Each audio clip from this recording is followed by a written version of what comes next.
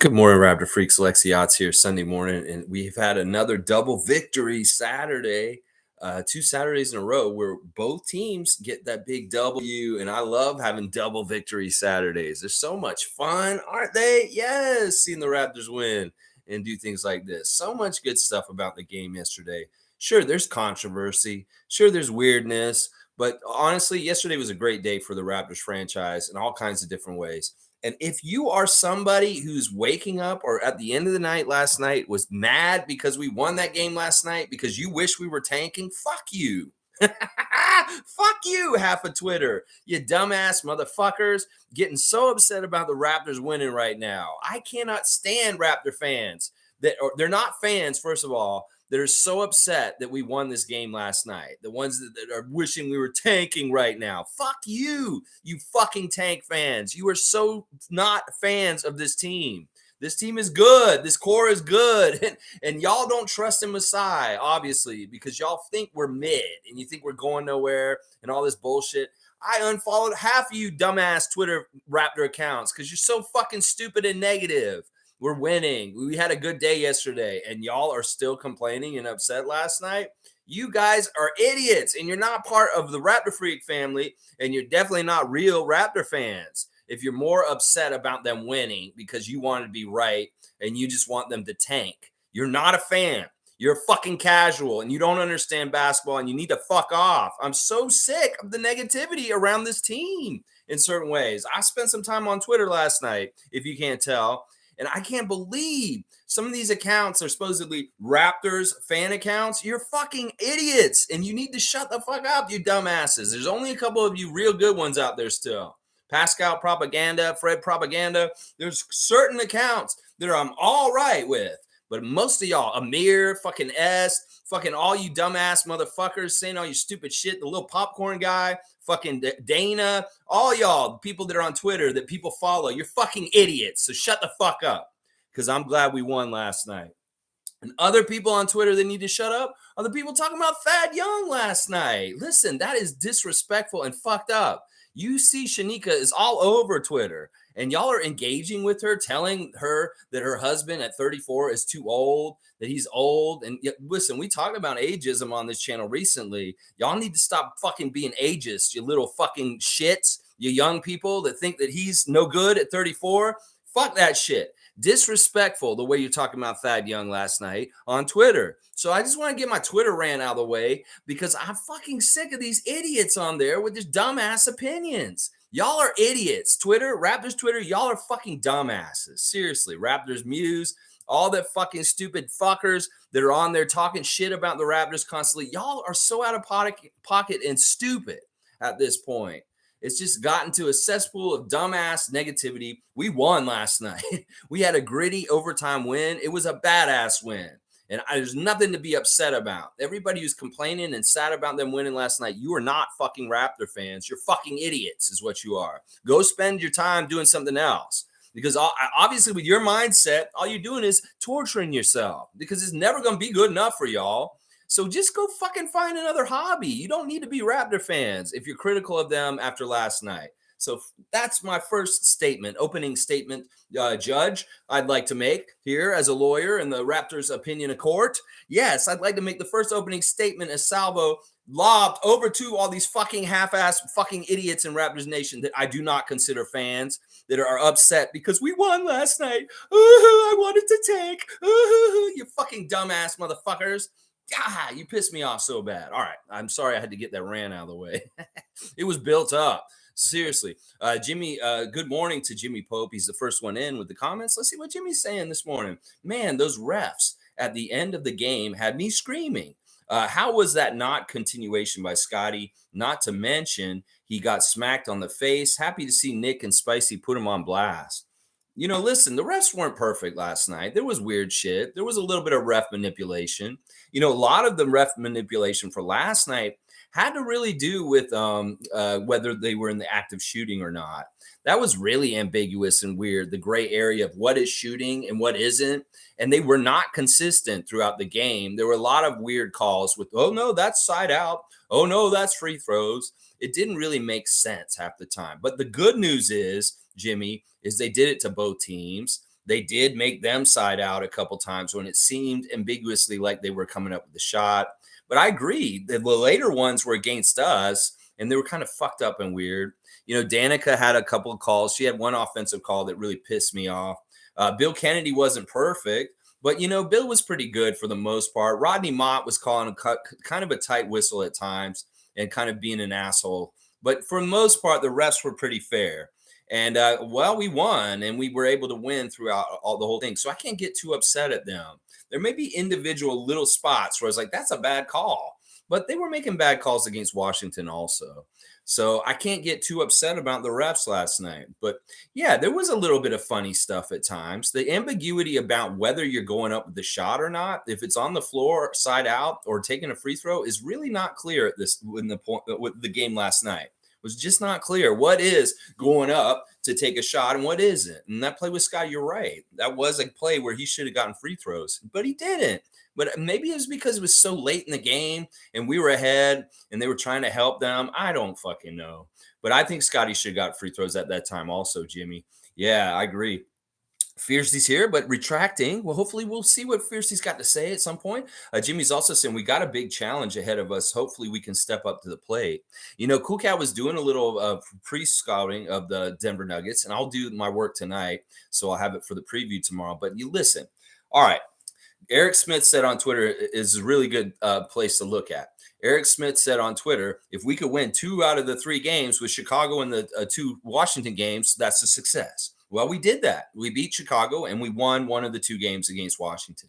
Well, he's saying the same damn thing about this little West Coast trip. We can win 2 out of the 3 games out West with Denver, the Clippers, and the Lakers. That would be a success. So let's just take it in little trilogies, little mini 3-game sets. And let's see if we can get 2 out of 3 out there. Now, Denver may be the toughest game out of all of them. It's the first one. It's the high altitude. It's Jokic. They're the number 1 team in the Western Conference. But in some ways, they may be showing signs right this second, at this moment in the league, that they're a little bit gettable to beat. And listen, we're on the rise. In some ways, we figured some things out last night that will very much, hopefully, snowball into this next game as far as like having better offensive like efficiency and making shots. I mean, we shot over 50% last night, y'all. Isn't that crazy? We actually shot over 50% for the game last night. That's a good sign. So if we can do this kind of stuff on Monday against Denver, we get up against Denver, first of all. That's a big-time opponent. And these guys can get a lot of good shine for beating the number 1 team in the Western Conference. They realize this. I mean, I know that if we beat them on Monday, tomorrow, that a lot of people in our nation will shut the fuck up and be realizing, okay, maybe they are pretty good and all this kind of stuff.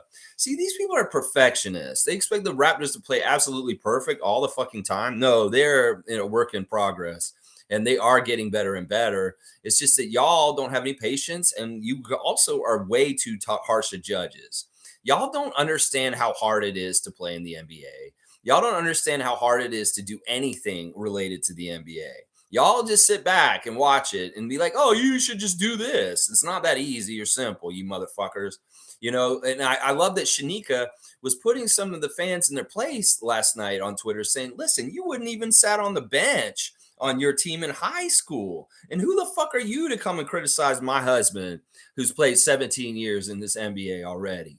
Like, seriously, half of y'all motherfuckers talking out of your ass on Twitter, you ain't done shit in your life, basketball-wise. So who the fuck are you to talk about Thad Young and he's too old and he shouldn't be doing this shit?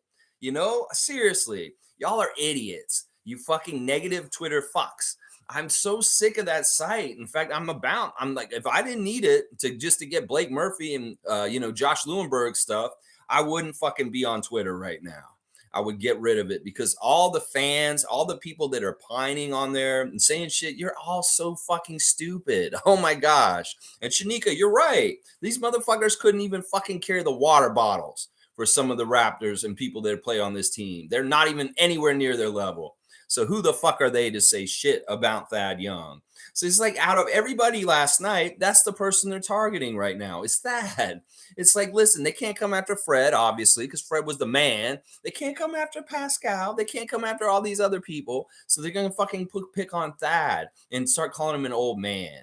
damn, I hate Raptors Nation in some ways. Y'all are fucking stupid. You fucking idiots on Twitter. Raptors Twitter used to be a force for good, but it's not anymore. Because a lot of y'all that were forces for good for the Raptors are fucking perfectionist assholes, snarky, sarcastic pieces of shit.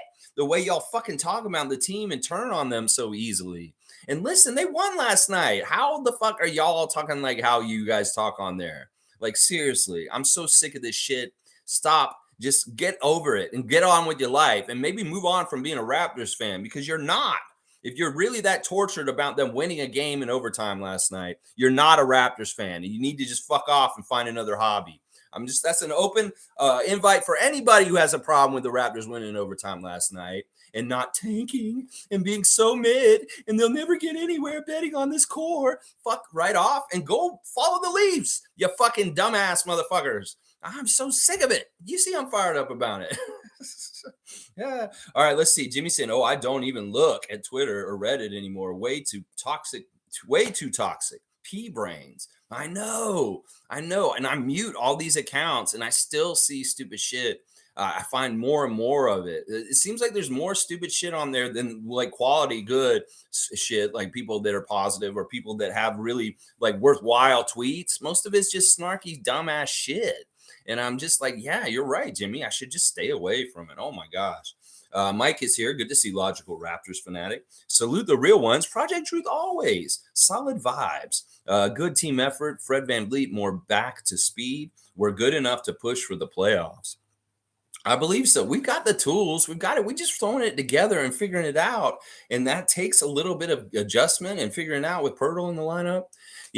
Fred was funny in the after game interview. He straight up called out Eric Koreen in the middle of said, listen, you've been so critiquing my on the ball defense, my point of attack defense. He said, do you think I did good, Eric? Do you think I did good, Eric? He fucking put it right to him. And Eric's like, yeah, you did good. And I'm like, you fucking dork, Eric or Koreen, fucking talking about your Sheryl Crow song on Twitter and shit. That song is so stupid. You think if it makes you happy, that fucking droning on stupid shit. It's a great message, but it's one of the most annoying songs ever written in the world. And anybody who's a music critic will fucking tell you that. And that you are a casual on music if you think Sheryl Crow's If It Makes You Happy is one of the greatest songs ever written in the world. You fucking dumbass. You don't know music. And I sometimes question whether you know basketball. You fucking fuck. And I'm so glad that Fred called you out in the middle of the after-game interview saying, yeah, you've been criticizing me. Well, tell me how I did, bitch. Tell me how I did, bitch. Right to my face. This is basically what went down with Fred and Eric Koreen in the interview last night. I love that shit, Fred. They detract you. They fucking write shit about you. You say, yeah, tell me how I did, bitch. Yeah, and he had to say, you did a good job, Fred. You did a good job, Fred. Fucking Eric Koreen. Oh my gosh. You go, Fred VanVleet. That's right. Haters gonna hate, but you can't hate to relate to what he did in that game last night, motherfucking haters. Listen, Fred showed back up. Thank God, man. Fred hitting key threes in the overtime. 2, 3, 6 of our 11 points in the overtime last night. Just showing up and doing that hero ball. I know you do this, Fred. This is what you do. And people have been wanting it. And that's why they get so mad at you, because you don't do it. You fail. And then they're like, Fred. But when he does do it, y'all need to fucking get on that train and say, yes, he did it. Yes, he did it. Thank God he did it. And he is a hero. And y'all need to celebrate him and treat him like that. But he will lose sometimes. And then we will have to lose with him. And that's just part of it. And that's why you don't ride or die with him, because you don't like feeling losing and you blame Fred for it. Well, I fucking love winning. And when he wins a game for us, I stand with him. But I understand it's a dichotomy. There's both sides. You can fall on both sides. But most times, Fred, if he's healthy and he's playing well, we will be on the winning side. So you be ready for that. All right, Tom Duke's here. Get her done. Agree. Screw those that want the Raptors to lose. Go Raptors. Winning. I know. Seriously, y'all. Seriously, search your feelings for what you want for the Raptors and why you root for them. Is it just some sort of fucking egotistical thing for yourself? Or do you care about this team winning because you love this team? Because you really do love this team. Because some of y'all that put so much energy into tweeting about the Raptors, you really don't seem like you love this team. You just seem like you want to be in an abusive relationship with the team and just tell it how shitty it is half the time.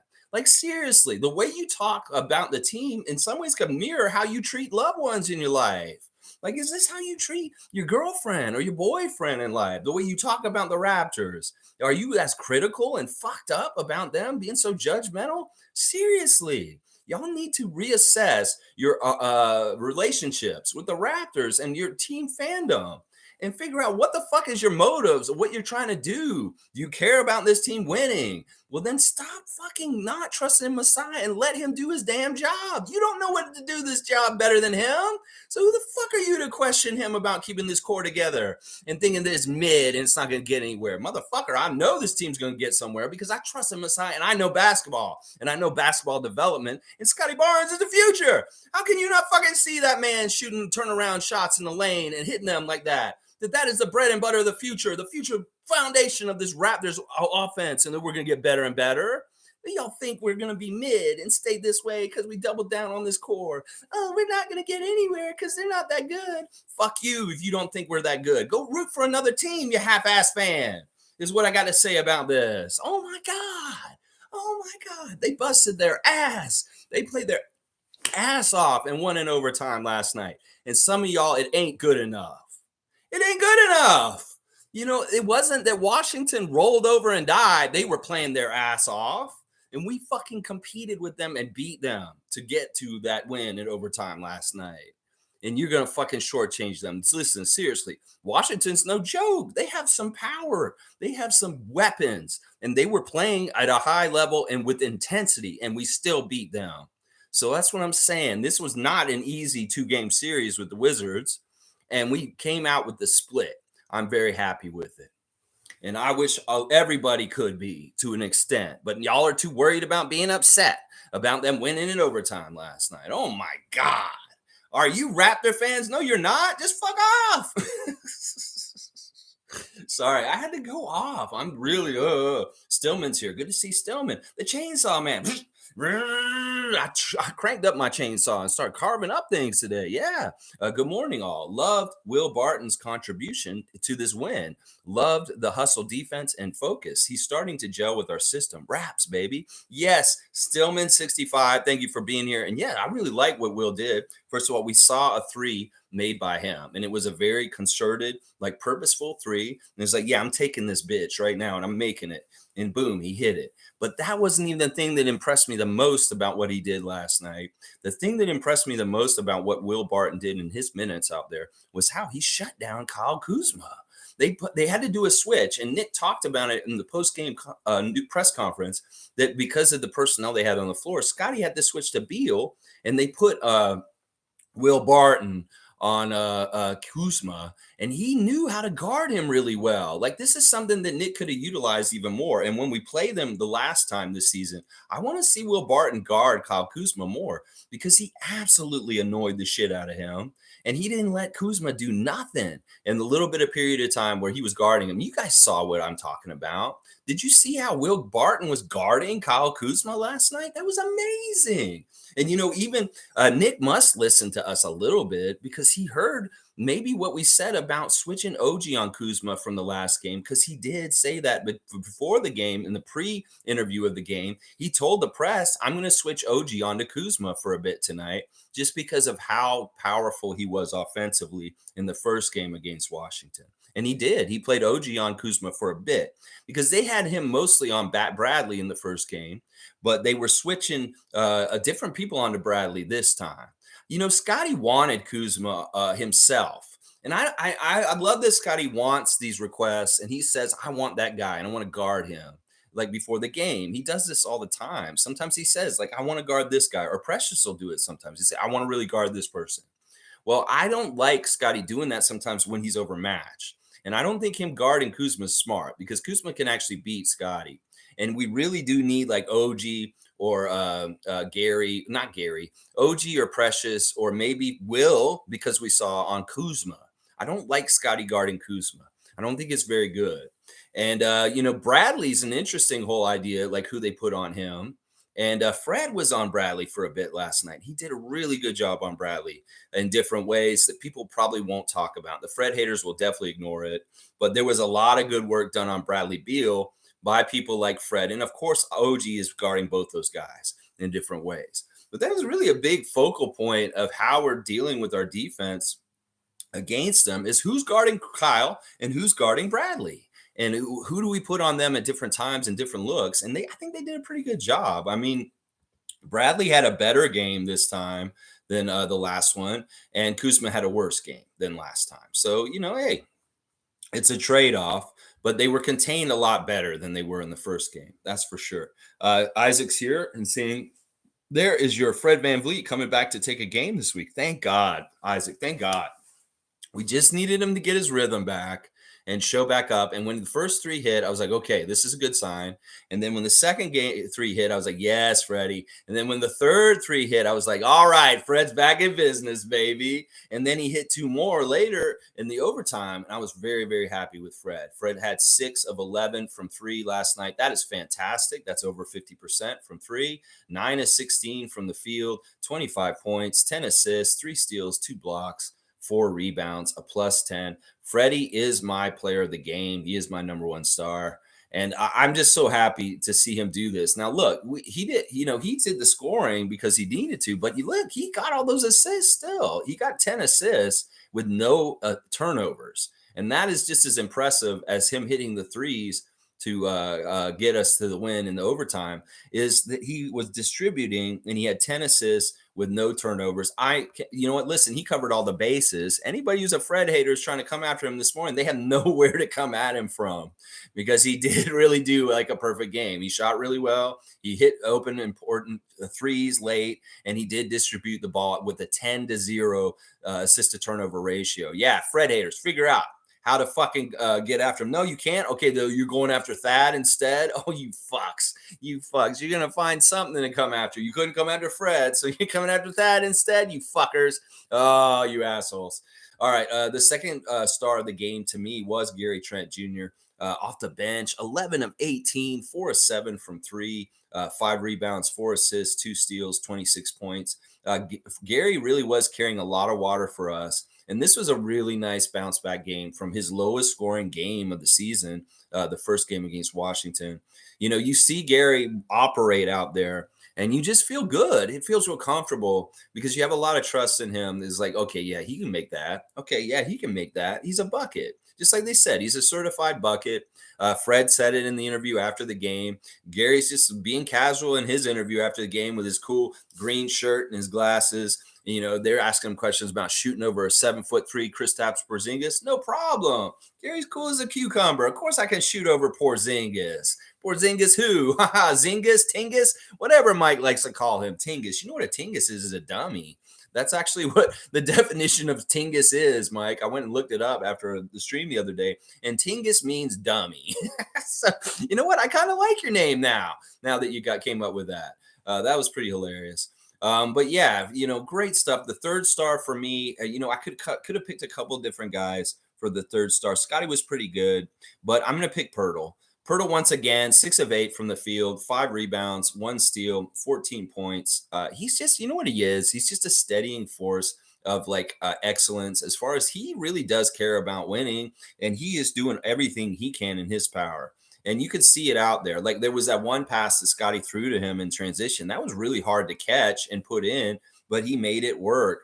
There's all kinds of different things that Poeltl does out there, intangibles that just add up to winning and helping us. Obviously, having the center and having him to counterbalance guys like Gafford and Porzingis is a huge help. But there's also all the stuff he's doing to help us on offense to generate better shots and more open looks for us. And I love that. Poeltl has just been such a godsend. And some Raptor fans are starting to decide that Poeltl's their favorite Raptor. And I don't disagree. In some ways, I really love Poeltl. And it's kind of crazy to me, his full circle return to come back here and just how it's worked and how great and amazing it is in some ways. It's just a fantastic thing.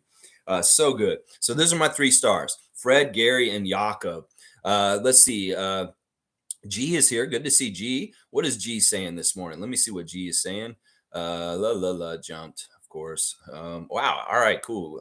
Nice fill up of the basket here, guys. G saying they actually believe intentionally tanking would have gotten them Wemby. Who convinced them of this? I know, seriously. Those are losers. These are losers. Everybody who's upset about being mid and wanting to tank, we're not mid, first of all. We're way better than we seem like we are. And you guys just think that we're not good. Anyway, I don't even know what to say to them anymore. Who convinced them of this? I don't know. They just have this weird idea that the proper way to build a team is to lose to get a very high draft pick, and then magically you're a better team the next year. No, I mean, in some ways, I understand that theory, but it's stupid. It's really the worst way you can try and team build, and make your team better. It's much better being a good team or a middle team and then improving from there than being an absolute shite team and having to improve from all the way from the bottom. There's no guarantees you'll get even to be a mid team if you're at the shite bottom. And that's the thing. We're a mid team. We're not actually like a really bad team. And you can't say we're technically a really, really top team yet, but we're closer to being a top team again than being an absolute shite team that should be tanking for Wemby. That's so crazy. Fiercey, all right, Fiercey's got this comment through. Good morning, fam. Great team effort yesterday, which led to the W. Gary was a bucket. Fred was back. OG's defense was fire. Everybody contributed. Need to play hard like that for the remaining matchups. Totally agree.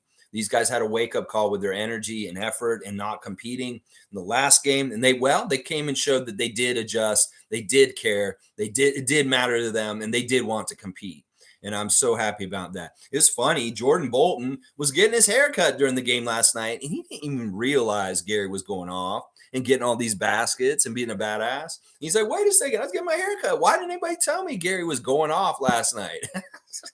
Jordan, don't not pay attention to the game. These games are crazy. They can happen in really crazy ways. It's just Raptors basketball. So don't take your eyes off the game. You got to watch it. You don't want to miss the Gary show, bro, just because you're getting your hair cut.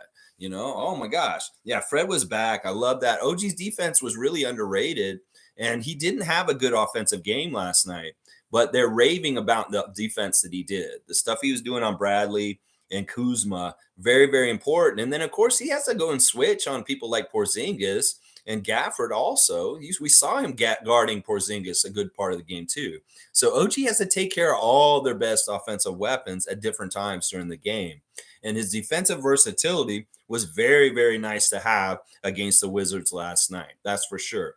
And that's when we didn't have him at times this season. That is something we really lack and miss, is having that versatile defender that can guard bigs like Porzingis and a guy like Bradley Beal. They're very, very different players, but OG can guard both.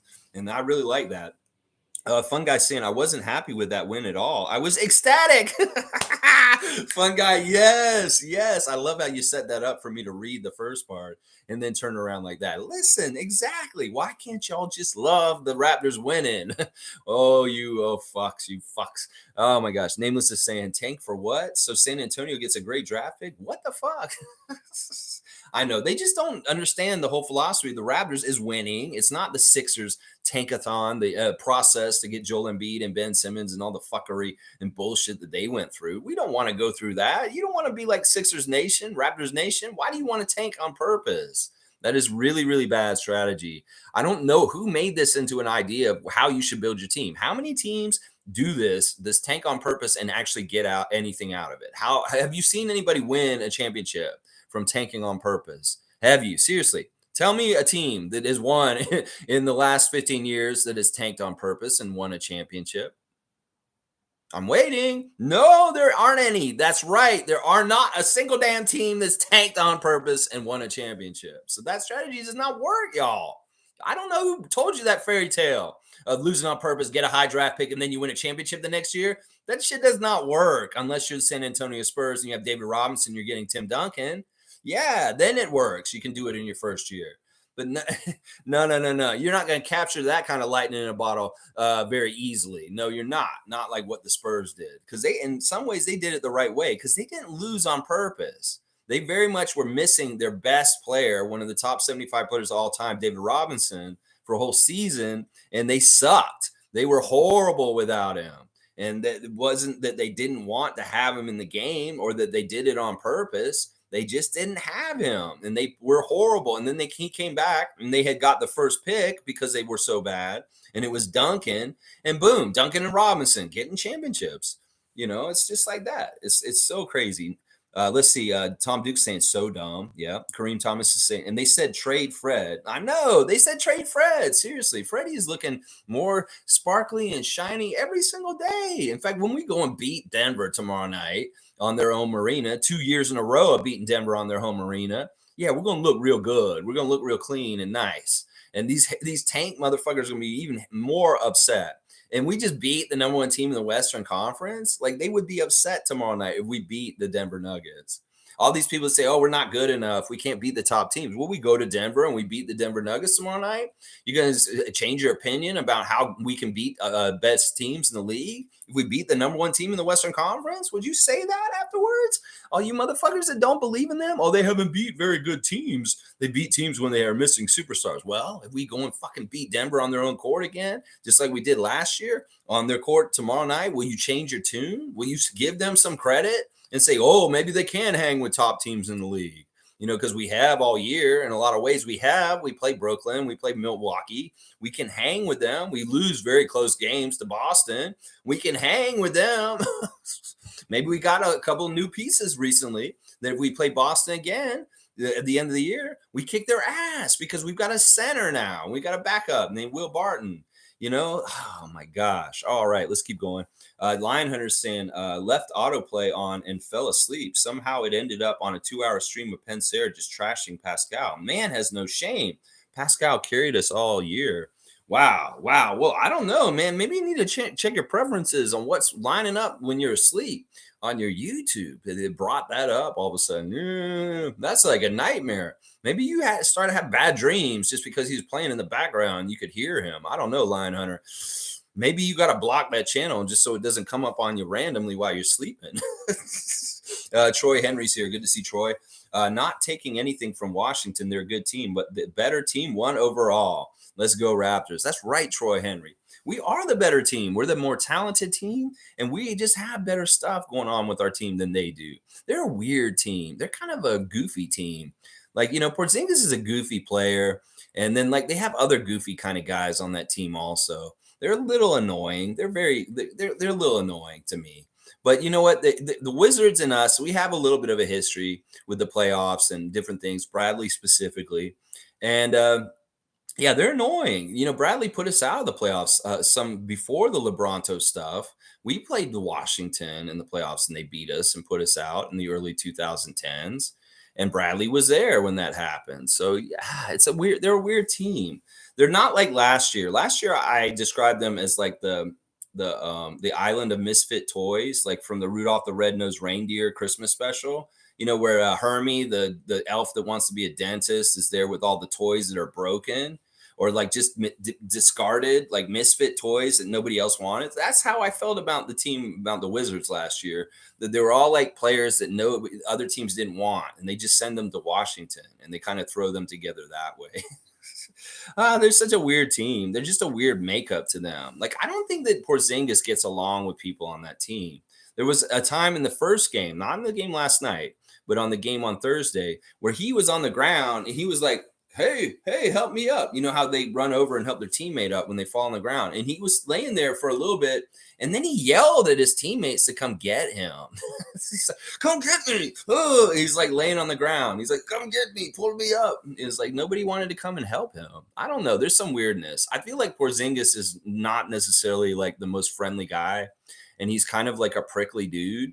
And he may be a weird teammate to have. Like that's the vibes I get from him. Really, really interesting. Let's see.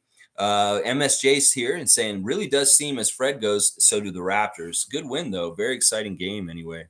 In some ways, that's true. I mean, but it doesn't necessarily have to be him, though. We could be Pascal on certain nights, too, where it's like, all right, Pascal has a really big game, but Fred's not that good. We win also that way. So it's not totally dependent on whether Fred is good or not, because he can have a bad game. Pascal has a really good game, and we win also. We've seen that happen this year, too. So I don't know if it's just clearly just we go as Fred goes. I think other guys can step up when Fred's not playing well, and we can still win games too. And that may be part of our strength is that, you know, if we don't have any clear-cut superstars, and if they're struggling, you know, we have other guys that are close to superstars or close to being on their level that can step in and take care of carrying us to the win. still, because Pascal last night, in some ways, look, Pascal's slumping right now. I think it really is kind of that Siakam is sick. I think that the body language and the way he's been acting the last couple of days is really telling us that. In that practice interview, I watched it again, and he sounds congested, just like somebody was saying that he sounds congested. He's moving lethargically. He doesn't seem as energetic. So I really do think he's battling a sickness or something. He's not 100%. 15 points for Siakam, 5 of 10 from the field, 5 of 5 at the free throw line, 4 rebounds, 7 assists, 4 steals. He actually had a really good game on the down low. The 4 steals are fantastic. Him shooting 50% is fantastic. Him making all his free throws is fantastic. But he did have some turnovers, and he did have 5 fouls. The 4 turnovers were the probably the worst part of what Siakam did. But honestly, he didn't really have a bad game. He had a really good, solid contributing game without being the number one guy or one of the main guys. So I have no problem with what Siakam did. Now, looking at Barnes' line real quick, like I said, he was the borderline 3-star for me. I was really choosing between him or Poeltl. But I decided because Poeltl scored more points in less minutes, I give it to Poeltl. Scottie was 6 of 11, 3 rebounds, 6 assists, plus 15, 12 points. I don't mind Scottie's game at all because there was a lot of cool things he was doing, whether it's like a really quick pass to Chris right near the basket, he's putting it in, whether it's like his turnaround shots in the lane. Scottie looked real good last night in different ways. In fact, the Washington announcers gave a really good compliment to Scottie when he made that turnaround shot in the lane. He's saying that is just fundamentally really good. Drew Gooden was saying that, giving a lot of praise for Scottie on his low post game. I'm telling y'all, that is his bread and butter. We see more and more of this. This is our future for a Raptors team. Him scoring down low in the post like that is going to be so good for us. In fact, that is going to be what we go to more often than not later down the road. Watch. I'm going to predict that right now. Sheer Khan saying, good morning, Raptor Freaks, Raptor Freak family. I watched both games yesterday. Great day for Raps fans. But yeah, still with the negativity. You know who's doing Pascal and Yak slander again on YouTube as well. Love the effort by the team. Yeah, it's crazy. I mean, listen, I'm so glad that I have this oasis in the middle of it all from it, Sheer Khan. It's just silly, like at this point. What is wrong with y'all, Raptors Nation? Y'all can't just enjoy wins and be happy. You really wanted us to lose both games to Washington that bad? Seriously? There's something really wrong with them. Now, Shirkan's brought up the first game of the day yesterday, the Raptors 905 victory over the Mad Ants. So I'm going to go ahead and do some coverage of that game real quick right now. Listen, the Mad Ants, that's an apropos name for them. Like, I don't know if this is something like, sometimes you name something, it really can kind of taint how it identifies itself or what it is. Well, Mad Ants is a good descriptor for their team. Justin Anderson in particular, he just seems very mad. Why are you so mad, Justin Anderson? I saw you yelling at the crowd. I saw you yelling at the Raptors bench. I saw you get a technical. Greg said the other night you should have been thrown out because of the way you were acting in the game against them in the first one. Yeah, he's crazy, and he is very mad. And then Trevelyan Queen, he's also very mad. The Mad Ants are mad because I don't know, he's getting disrespected. He's not getting calls, and he's all about stealing the ball and dunking it in transition on us. And Trevelyan is the MVP of the G League from last year, so he is a really good baller. He's just a little undersized for the NBA, so I don't know if he has an NBA career, but man, that guy can fill it up and score on that side. But really, really fantastic effort by the 905 overall on that team. I really, really am so impressed with their added additions of the guys from the main roster being there. Really puts them over the top. They are fantastic. And my 3 stars of the game are the first star I'm going to give to Sterling Brown. He's just a bucket. Like, as much as Gary's a bucket on the main roster, Sterling Brown is a bucket. And he was 8 for 11, 3 of 4 from 3, 2 of 2 from the free throw line, 6 rebounds, 8 assists, plus 18 with 21 points for Sterling Brown. I really love that. 29 minutes, 21 points. That's really good. And then my second star is Jeff Dowtin Jr., continuing his excellence of running that team down there. He mixes up passing and shooting really well on that team, a little bit like Fred. 8 of 11 from the field, 1 of 3 from 3, 2 of 3 from the line. 5 rebounds, 4 assists, 1 steal. plus 13, 20 points for Jeff Dowtin Jr. And then my third star for the game is Gabe Brown off the bench. Gabe Brown is going to be in the NBA one day. He just has the right size and combination of skills. He is such a good three-point shooter. In fact, we really do need to consider inviting him to our training camp roster again this fall and seeing if he can get a roster spot on the main Raptors, because he may be worth it. He's 6'8", and he hits threes so well. And there was at one point in that game yesterday with the 905 where they did this really crazy lob to him, and they described it on Twitter as being a route that Gabe Brown's out here running routes like football. And it really did look like that. It was kind of like, I forget who threw him the pass. It may have been Ron Harper or Sterling Brown, because Ron Harper's a fantastic passer, by the way. This is something I've learned in the last couple of games with the 905 is Ron Harper Jr. is a very good passer. But anyway, he ran this route and he ran around and he got up there and he dunked this crazy dunk lob, Gabe Brown, that looked like it was from a video game. It was so badass. So between him having the hops, the ability to shoot threes, and he could probably become a pretty good defensive player. I think he has an NBA career ahead of him. I said this last summer when I was looking at him the first time, but I believe it even more so after games like last night, because Gabe's not starting. He comes off the bench, and in 27 minutes, he got 21 points, 7 of 13, 4 of 9 from 3, 2 of 2 from the free throw line, 4 rebounds, 3 assists, a steal, a plus 12. Really fantastic job. Now, there's other guys, I could go even further. Kyler Kelly was fantastic once again yesterday, 8 of 13 at the backup center, 7 rebounds, 4 of them offensive, 1 steal, and 3 blocks. Like, this dude was blocking the Mad Ants all around the basket. He was really, really being a good defensive player. Plus 10 with 18 points. Kyler Kelly, fantastic. Joe Weezy. Yeah, let's talk about some Joe Weezy this morning real quick.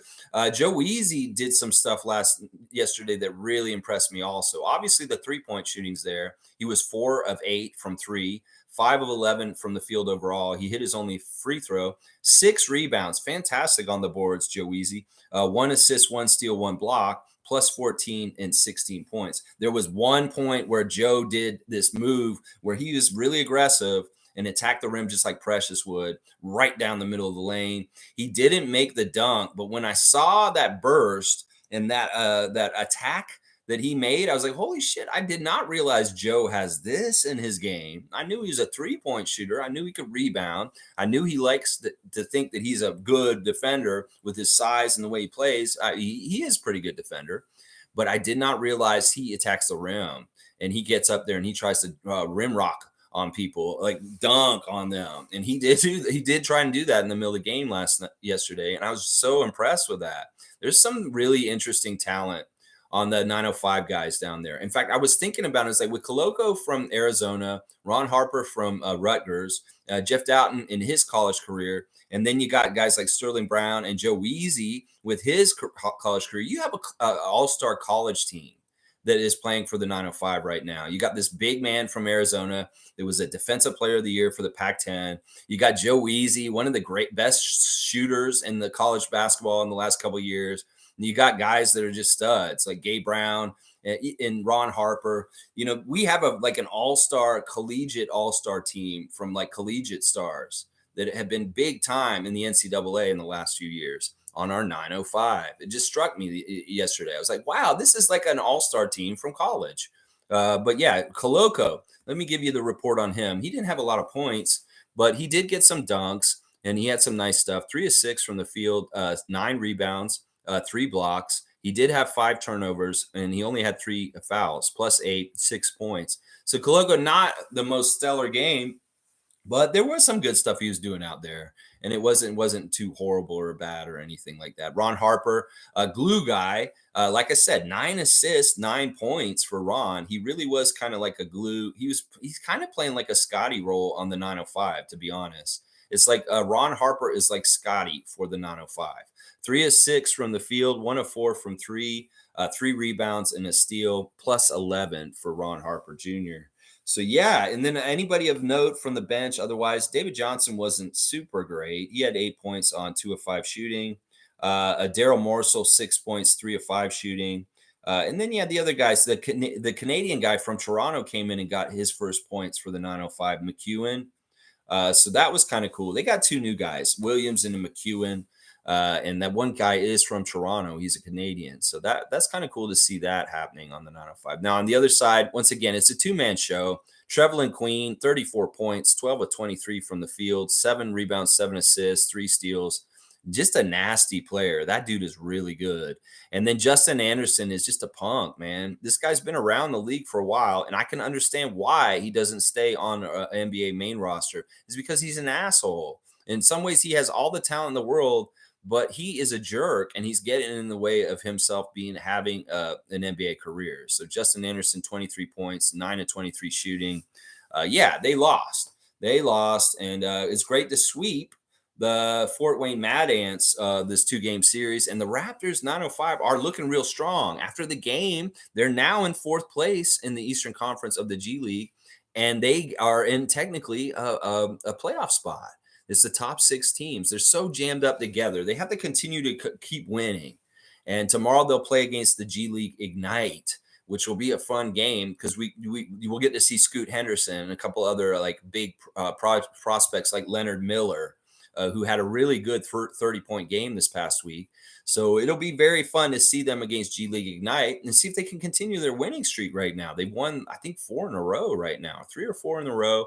Hopefully they can continue their win streak and get a higher seed in the playoffs for the G League. Now, there's a bit of a separation from the very top of the G League playoff standings and where they are. There's like a clump of like around 500 teams. And then there's like the Delaware Bluecoats, who have like this crazy good record. The Maine Celtics and the Nets team, Long Island Nets. Those 3 teams are the very top of the G League East. And they're probably going to stay up there because their record has really been separated from the 500 teams, which were in that pack of. So we'll have to see if we can get up there, maybe be 4th or 5th. Right now we're 6th, I think, or something like that. I don't know. We'll see where we end up at the end of the year. But Curry's in a good spot at this point because he's won a bunch of games recently. So I'm very happy about that. But good job, Raptors 905, taking care of business and sweeping the Fort Wayne Mad Ants in the last 2 games. And the game tomorrow will be G League Ignite in Mississauga tomorrow. All right, let's keep going with the comments. G is saying, I went to that YouTubers to see what's up for less than 5 minutes. Cesspool of negativity. Echo chamber of people just insulting Fred, Pascal, and taking turns insulting players. Extremely immature. It really is true. Like somebody posted this on Twitter that basically people want fragments to complain. It all shatters together and it all filters out.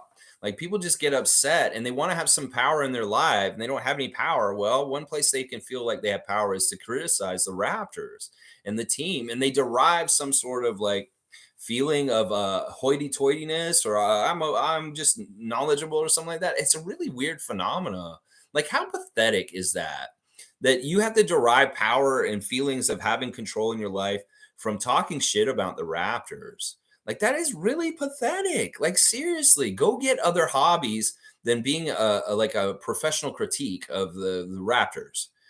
Seriously, I critique them all the time, but I'm doing it in a way that is trying to help them. Y'all are just doing it for your own jollies and for your own ego to make yourself feel better about things. I just don't get it, G. I really don't get it. Why are y'all wasting the time to make this content, to put yourself out there, to do all this stuff, to just put more negativity out there? It's like, really, what is the base of your philosophy? Do you create or do you destroy? And what is your goal? Do you want to create or do you want to destroy? Because a lot of this content is in the destructive kind of box and not in the create box. Like we're creators on YouTube, right? I'm creating a live stream and a talk and a dialogue with you guys through this chat. And this is creating and building. Like, what are they doing there? They want to denigrate. They want to destroy. They want to talk things down. And that's destructive. So, yeah, I don't get it. I really don't get it. It is very immature. Gee, you're right. Wayne's saying, we the Freaks love our team win. Team played together, stayed together, and played for each other, as Trent Jr. mentioned.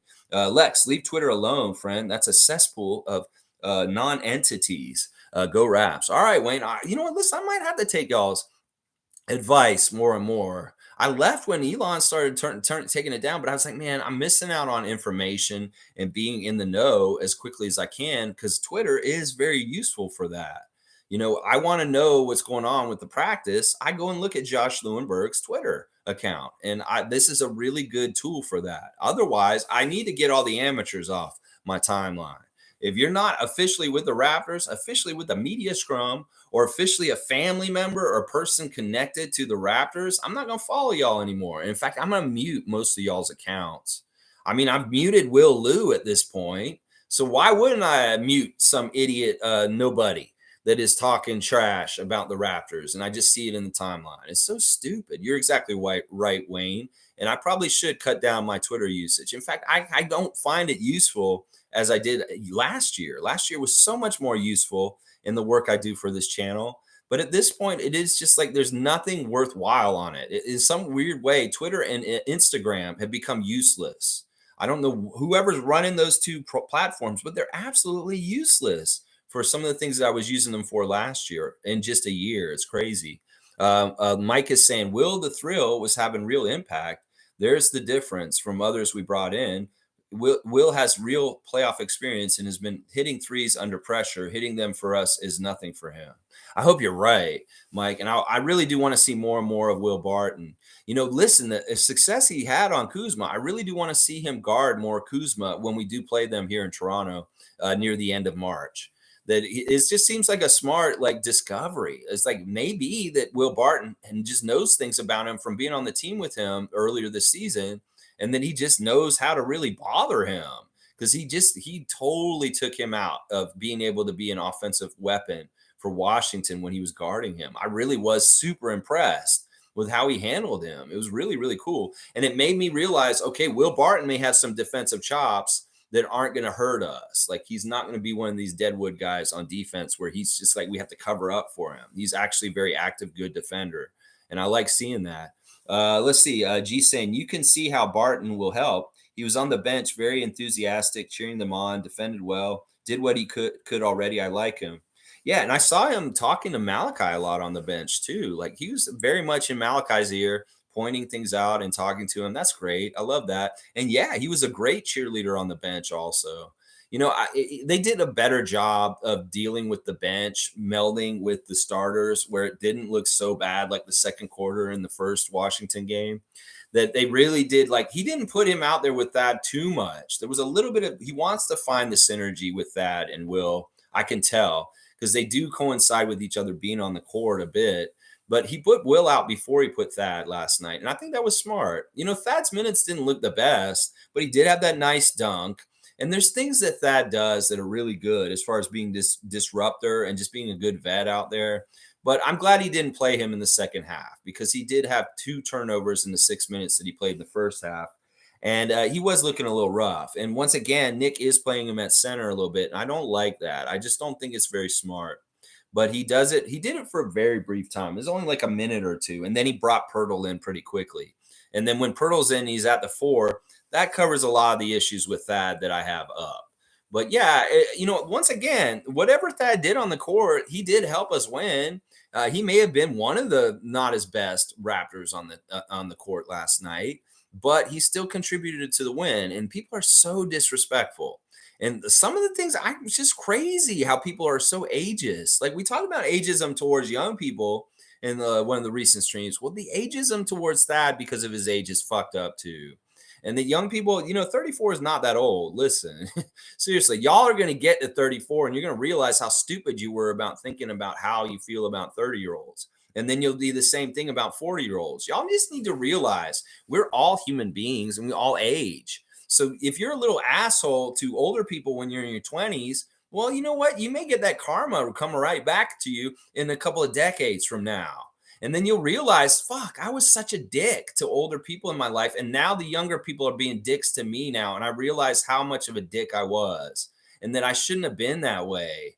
And like, fuck, I wish I'd been nicer to older people when I was younger. And now I got this perspective with age and wisdom. And now I'm getting it the other way. And I feel like such an asshole. Seriously, this is what happens to young people that don't have the wherewithal to understand. You're going to be old one day. And motherfucker, you're going to get treated the same way at some point if you're not careful. You know, you will get that turned around on you at some point. So why would you want to treat older people that way? At some point, we got into this point where we don't believe or trust old people. You know, it used to be that the elders of the people that lived on this continent before anybody came here, they revered the elders and they celebrated them and they listened to them. They listened to the oldest people because they know their shit. And I don't understand why young people come in and they say, oh, I know everything and I don't need to listen to old people and stuff like that. I know I'm generalizing. I know there's a lot of young people that aren't like this, and I appreciate that. But I'm just saying, you know, ageism is wrong both ways. It shouldn't be against young people not knowing, and it shouldn't be against old people being worthless too. So it's really bad. It's really bad. Let's see. G saying, okay, Jimmy's saying, let me make sure I don't skip any. Jimmy's saying it's all reactionary when we lose. Obviously, we can't win every game. I just want consistent effort all around. I'd rather we lose and we're battling. Games like the loss against the Wizards have me pissed. Yeah, I can get pissed about that too, because you can tell when the Raptors don't have the right effort, the energy, or they just didn't compete the right way. Yeah, we can be pissed about that. And there's nothing wrong with that. I was totally pissed off about it too. And I'm just glad they showed a better effort this time and made up for it and got a W this time. But the thing is, you're saying they're reactionary to being wins or losses, and they really go overboard. But this is weird because we won a game that was tight and it was in overtime. And the people are like more upset about it than like that we won. And that's the weird thing to me. Some people's reaction to last night is like negative, even though it was a positive outcome. And that is like, to me, big question marks, big question marks about what this person's doing with their time. And maybe they need to go do something else if they're not about the positivity or winning and the good things happening too. It's crazy. It's so weird to me. G saying Scottie does not want to tank. People need to get over it already. Wherever they land, they land. Masai will find a gem in the draft regardless. Exactly.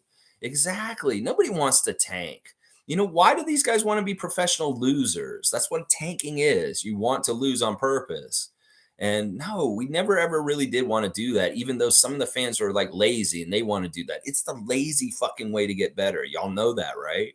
The best way to get better is to work hard and do it right. Do it the right way. The lazy way to get better is to try and like, oh, we'll be shitty so somebody better can come along and save us from the draft. Like, seriously, that's such a loser mentality. Everybody who's like that with tanking and like upset because we're not full on tanking right now, you're a loser is what you are, is what I'm going to say right now. You are a loser.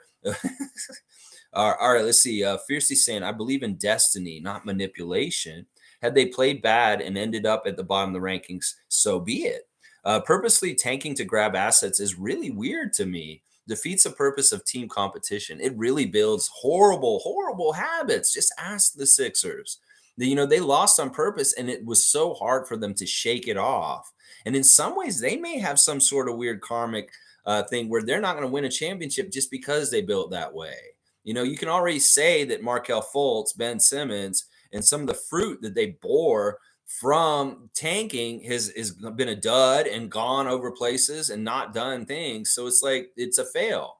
The Sixers' plan to do what they did this past 15 years has been a fail, and it didn't work. In fact, they may have done a lot of damage to their team in a lot of ways. So yeah, it doesn't make any sense to me either. It's destiny.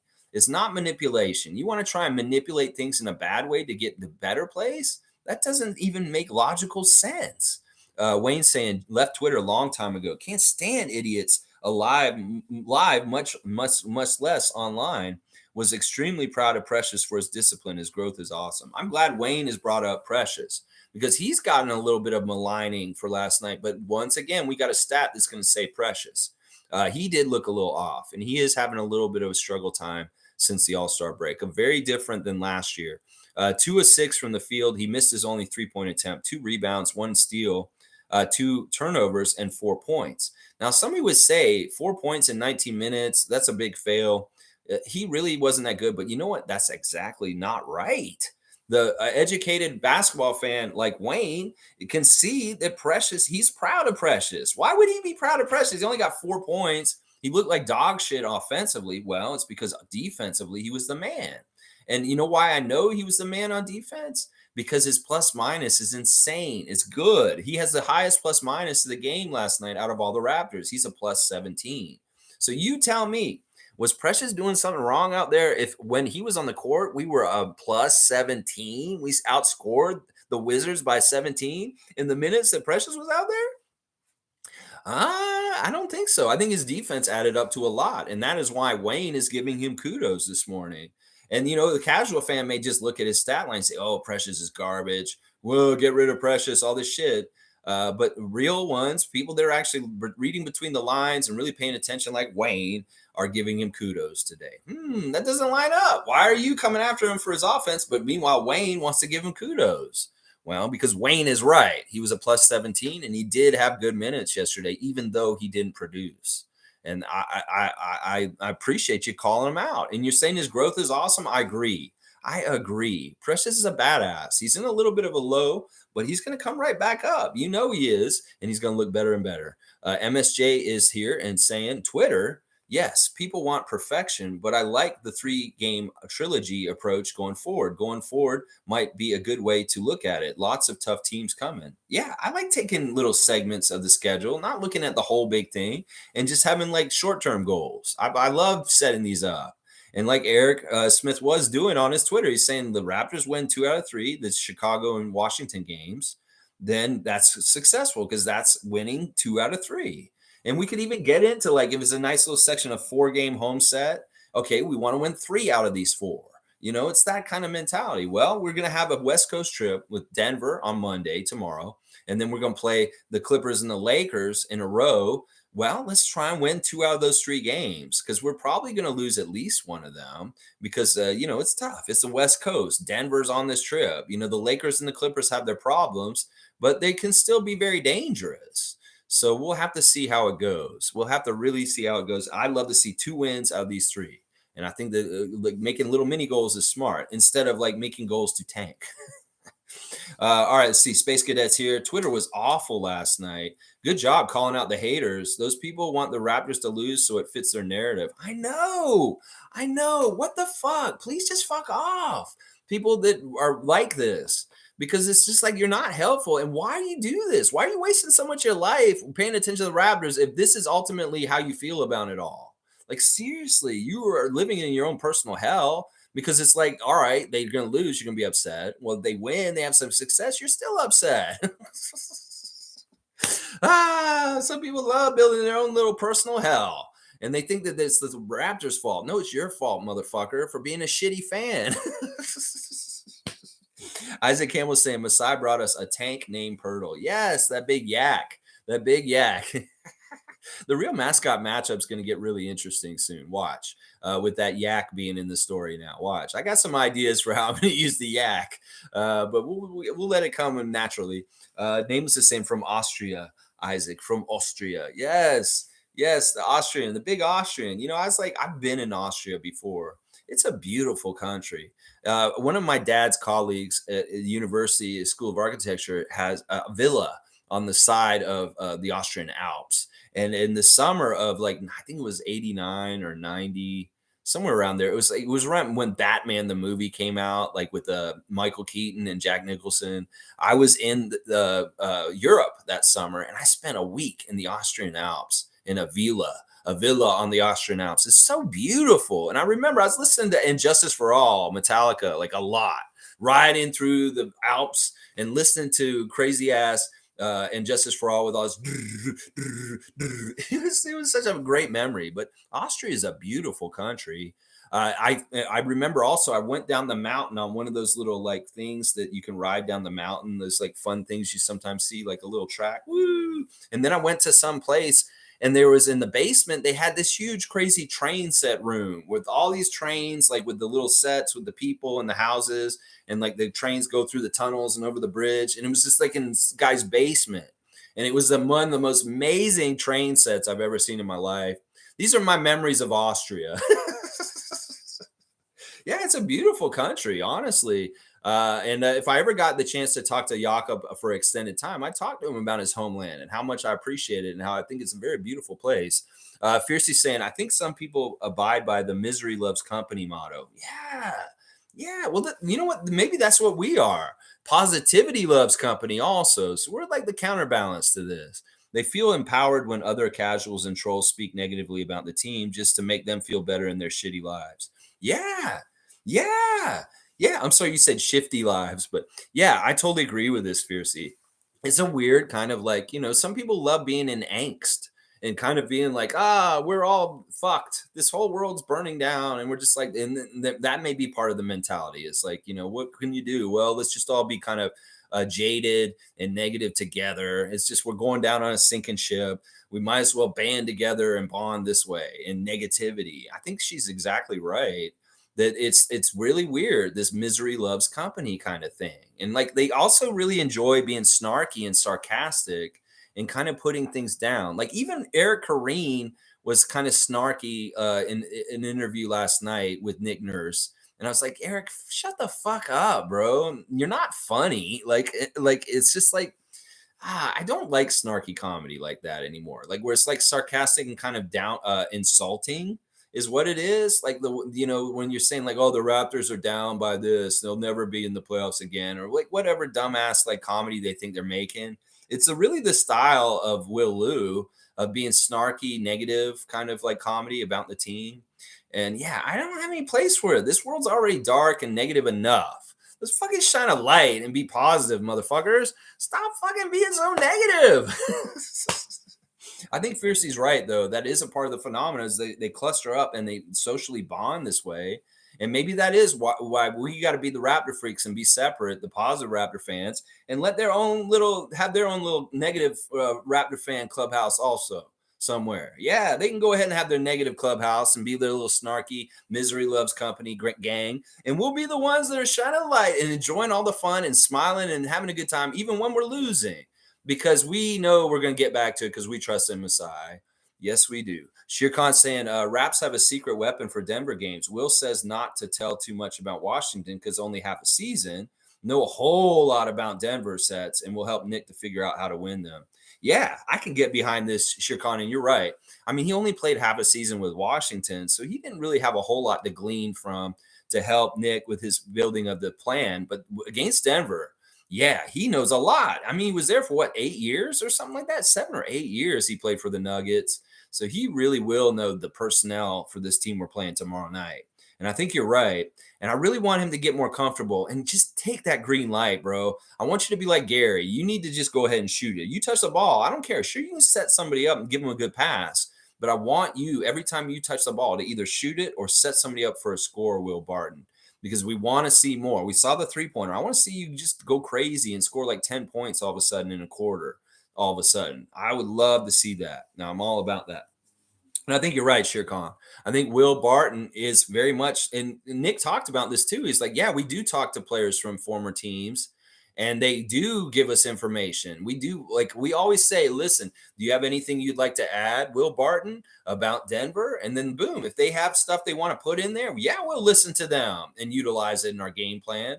Often it's a lot of stuff we already kind of understood, but sometimes guys come in and they have little proprietary knowledge of their former team that is very, very helpful with how we game plan for them. So Nick totally admitted that they utilize this strategy of using former players with their knowledge of their former team to help figure out what they want to do. So yeah, they definitely do this. Nick said it himself. Like they asked him, "Are you going to ask Will how to play Denver?" And he's like, "Well, we allow him the opportunity to speak up if he'd like to." And I'm sure Will has. He wants to ingratiate himself with the Raptors. He's selling them out left and right. Mike is saying, Lex, yeah, I wanted to show something interesting. I'm a big Survivor fan, enough that I was on Rob's show. Yeah, I saw you sent me an email yesterday, Mike. I'm not as big a fan as you are, obviously. I watched Rob's interviews with different Survivor cast members this season, and I knew that he had a YouTube channel. He's one of my favorite Survivors from the past. I think Rob C was really good when he was on there. But man, you're way more of a super fan than me. I'm a casual Survivor fan. I like Survivor, but I'm not so crazy like I am like with the Raptors. It's very much a side interest. But man, you really like Survivor. I can tell, like the way you sent me that email and you being on Rob's show and stuff like that. But yeah, it's pretty good. I'm not a diehard crazy Survivor. I missed a lot of seasons, and I couldn't like quote you like this season with this player or any of that kind of stuff. I'm not that in depth. I really am just like I watch it and I enjoy it. That's all. Race Mode saying, can Masai and Bobby trade away these so-called fans? I mean, it would be nice. I mean, I hate it's so cringe. Like I see people going at Shanika on Twitter last night. I'm just like, what the fuck? Seriously, that's her husband. And why are you talking shit to the wife of Thad Young?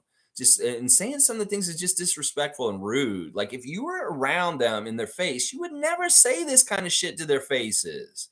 It's just the anonymity and the detachment and the distance on Twitter allows people to be more out of pocket in ways that it's just disgusting. And I hate being associated with any of those kind of people that are going to go on there and talk directly with family members of the Raptors, like Fred's family and Thad's, and be ugly like this. I really do hope that they understand these aren't our fans and that there are real fans that aren't going to do this kind of shit, that are classier than this. And these are just trolls and assholes that aren't really fans. They're going to fucking come after family members of players just because their family member did not play well.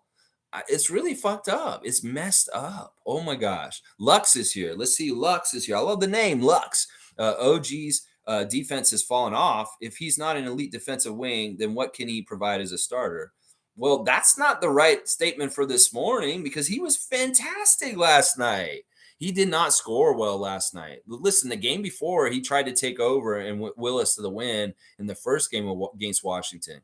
I don't know what game you were watching. Last night, he did a fantastic job. In fact, after the game, Nick Nurse and Fred gave him flowers for playing really, really well. They were both talking about how they were really impressed with OG's defense last night. So I think your timing's a little off, Lux. You may have been able to say this after some of the games last week, but not after the game last night.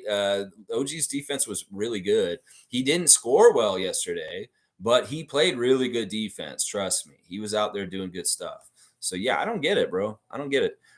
Tom's saying race mode. Yes, trade proposal is for one of those coveted 2029 second round picks. Tom wants a dunk. Okay. Oh, Shane's calling a dunk for Tom on that one. Tom's Duke is getting his first Raptor Freak dunk comment for trading them for a very shitty second rounder like 10 years from now. Yeah, all right. Yeah, we'll give him that. Jake's here. Good to see Jake Caesar. Raptors 905 is looking good. Yeah, they do. I mean, that influx of talent of having all of the guys from the main squad there with them right now is nasty. I mean, Koloko obviously is a big upgrade. And then you got guys like Wieskamp there. And Wieskamp, he really doesn't belong in the G League in a lot of ways, especially from what I saw yesterday. But that talent influx of those guys being around there on the stretch run right now, that'll help them. And I really do want to see them make noise in the playoffs this year. I really appreciate Greg's piece this weekend on Reggie Perry. I don't know if you guys saw it, but the Gubstown Clink has a new little 5-minute piece on Reggie Perry and why he went to Windy City Bulls. And Greg has the scoop. And he's saying basically that the Windy City Bulls had told the Raptors 905 that they were going to use him and he's going to get time on the main roster with the Bulls. So it's a really good move for Reggie's career. And the Raptors 905 did not want to mess him up. They were trying to help him get into the league. So that's why we sent him to Chicago in that trade recently. And it's good for him because this is a good foot in the door. Hopefully he can get involved on the Bulls and get time with them. So kudos to Reggie Perry. And thanks, Greg, for making a great content on explaining why Reggie Perry was traded to the Windy City Bulls recently. MSJ saying, as for feelings, I had high hopes coming into the season with the 6-9 idea, but it just has been a disappointing season. Hoping the team can gel quick and start winning. A win in Denver would be nice. Yeah, it would really help the fight with the information war of negativity and positivity about what this team is if we do beat the number one team in the Western Conference. I mean, that's a really good bullet of ammunition to help our side. So that's why I'm fully doubling down on this and saying, let's fucking beat the Nuggets tomorrow night. Not just for you guys, for the champion, for winning and getting further and doing better with our record, but also for the information war that guys like Mike and I are fighting with, and you guys that you go into the comments and things. And we're trying to fight an information war on behalf of the Raptors honor against these fucking shitty ass Raptors Nation people. And, that's part of the reason why I really want them to win tomorrow night. So we can tell them to shut the fuck up even more. You know what? I'm with you, MSJ, about the 6'9" idea. I'm really wishy-washy about positionless basketball at this point. We talked a lot about in the recent days them going back to traditional basketball roles and positions just to try and salvage some sort of congruency and order to what they're doing. That because of the position list, there's no roles defined, as Cool Cat has said, and we need roles defined on this team so guys know what they're supposed to be doing. And I think that that's true. One of the things I noticed last night, or yesterday, I should say, about what they're doing is they're not being very smart IQ-wise in certain ways. It's really not the spacing, them being spaced the right way. They're not smart about where they're directing the ball with the spacing. Think about this. Like, I saw Fred last night, and this is not the diss Fred, but he had a couple of different options to pass to, but he decided to pass the ball towards where there were like 3 or 4 Washington defenders in the vicinity of the court. Y'all need to look at the body placement of where everybody is on the court and realize, all right, if there's like 3 Washington Wizards in that part of the court, throw it to the other side of the court, away from where all them are. Sometimes I see y'all throwing the ball into the hornet's nest of so many of the defenders' players. That's so dangerous, and that's not a good high percentage idea. Another observation I made, and this was said by Jack Armstrong late in the game, is when Scottie did the little move in the lane, the Magic Johnson move with the pass behind his back to get the Precious. It looked real nice. It looked real pretty, but it's not fundamentally good. It did not work. It was a turnover. And at that moment in the game where it's really tough, high intensity, trying to win it against Washington, you can't do that kind of flashy shit, Scott. You can't try and do a behind the back Magic Johnson pass in crunch time when you don't have a track record of making those real easy, and for sure. And we need a high percentage decision. And that high percentage decision in that moment wasn't you passing it to Precious. That was you going up with it and taking the shot. And that's what I'm saying. Sometimes I wonder about the Raptors' IQ with decision-making in the split second, because I see guys get the ball down in the low post and they could go up, but they decide to kick it out to a guy to shoot a 3. That's not smart basketball historically. If you have the ball down near the basket, why are you work the ball down into being near the basket? That was sometimes half the work that you had to do on offense back in the old NBA. Well, you get that ball right down near the basket, but then you're ruining all that work by throwing it out to somebody for a 3? That doesn't make any sense to me. You're right there at the basket. Go up with it. That's the high percentage, easier shot. And I don't care. And maybe on other teams, you can throw it out to the 3, and that's a better idea if you're the Golden State Warriors. But not with our team. You need to take the highest percentage shot, the one that's going to go in for sure. And that's you standing next to the basket, Scottie and Precious. Y'all don't need to kick it back out. I'm sorry. Even if you feel like these guys are around you and they may block your shot, take the higher percentage decisions and stop making them like lower percentage decisions on the next pass. Y'all are still being passive and passing up open looks. Precious, Scottie, Fred, and I want y'all to take those shots because you're making extra passes that are worse. You have an open shot. You need to recognize it and be aggressive to take it, because there's so many good shots y'all are passing up, and then it's turning into a turnover or a really bad fucking shot. And I'm seeing y'all having the ball down near the basket, easier shot, and you're kicking it out to a 3-pointer. I'm like, why? Why? You're right there. Put it up. Put it up. So that was one of the things that was bugging me yesterday, is the IQ about not spacing, but recognizing the distribution of where the defenders are on the court. If they're more on one side, the weak side, go to the weak side. Stop throwing it in the hornet's nest where all the defenders are. Start reading where the defensive players are better and trying to execute off of that is what I'm saying. All right, let's keep going. Fiercey is saying, okay, let me see. I got to scroll it back. Bear with me.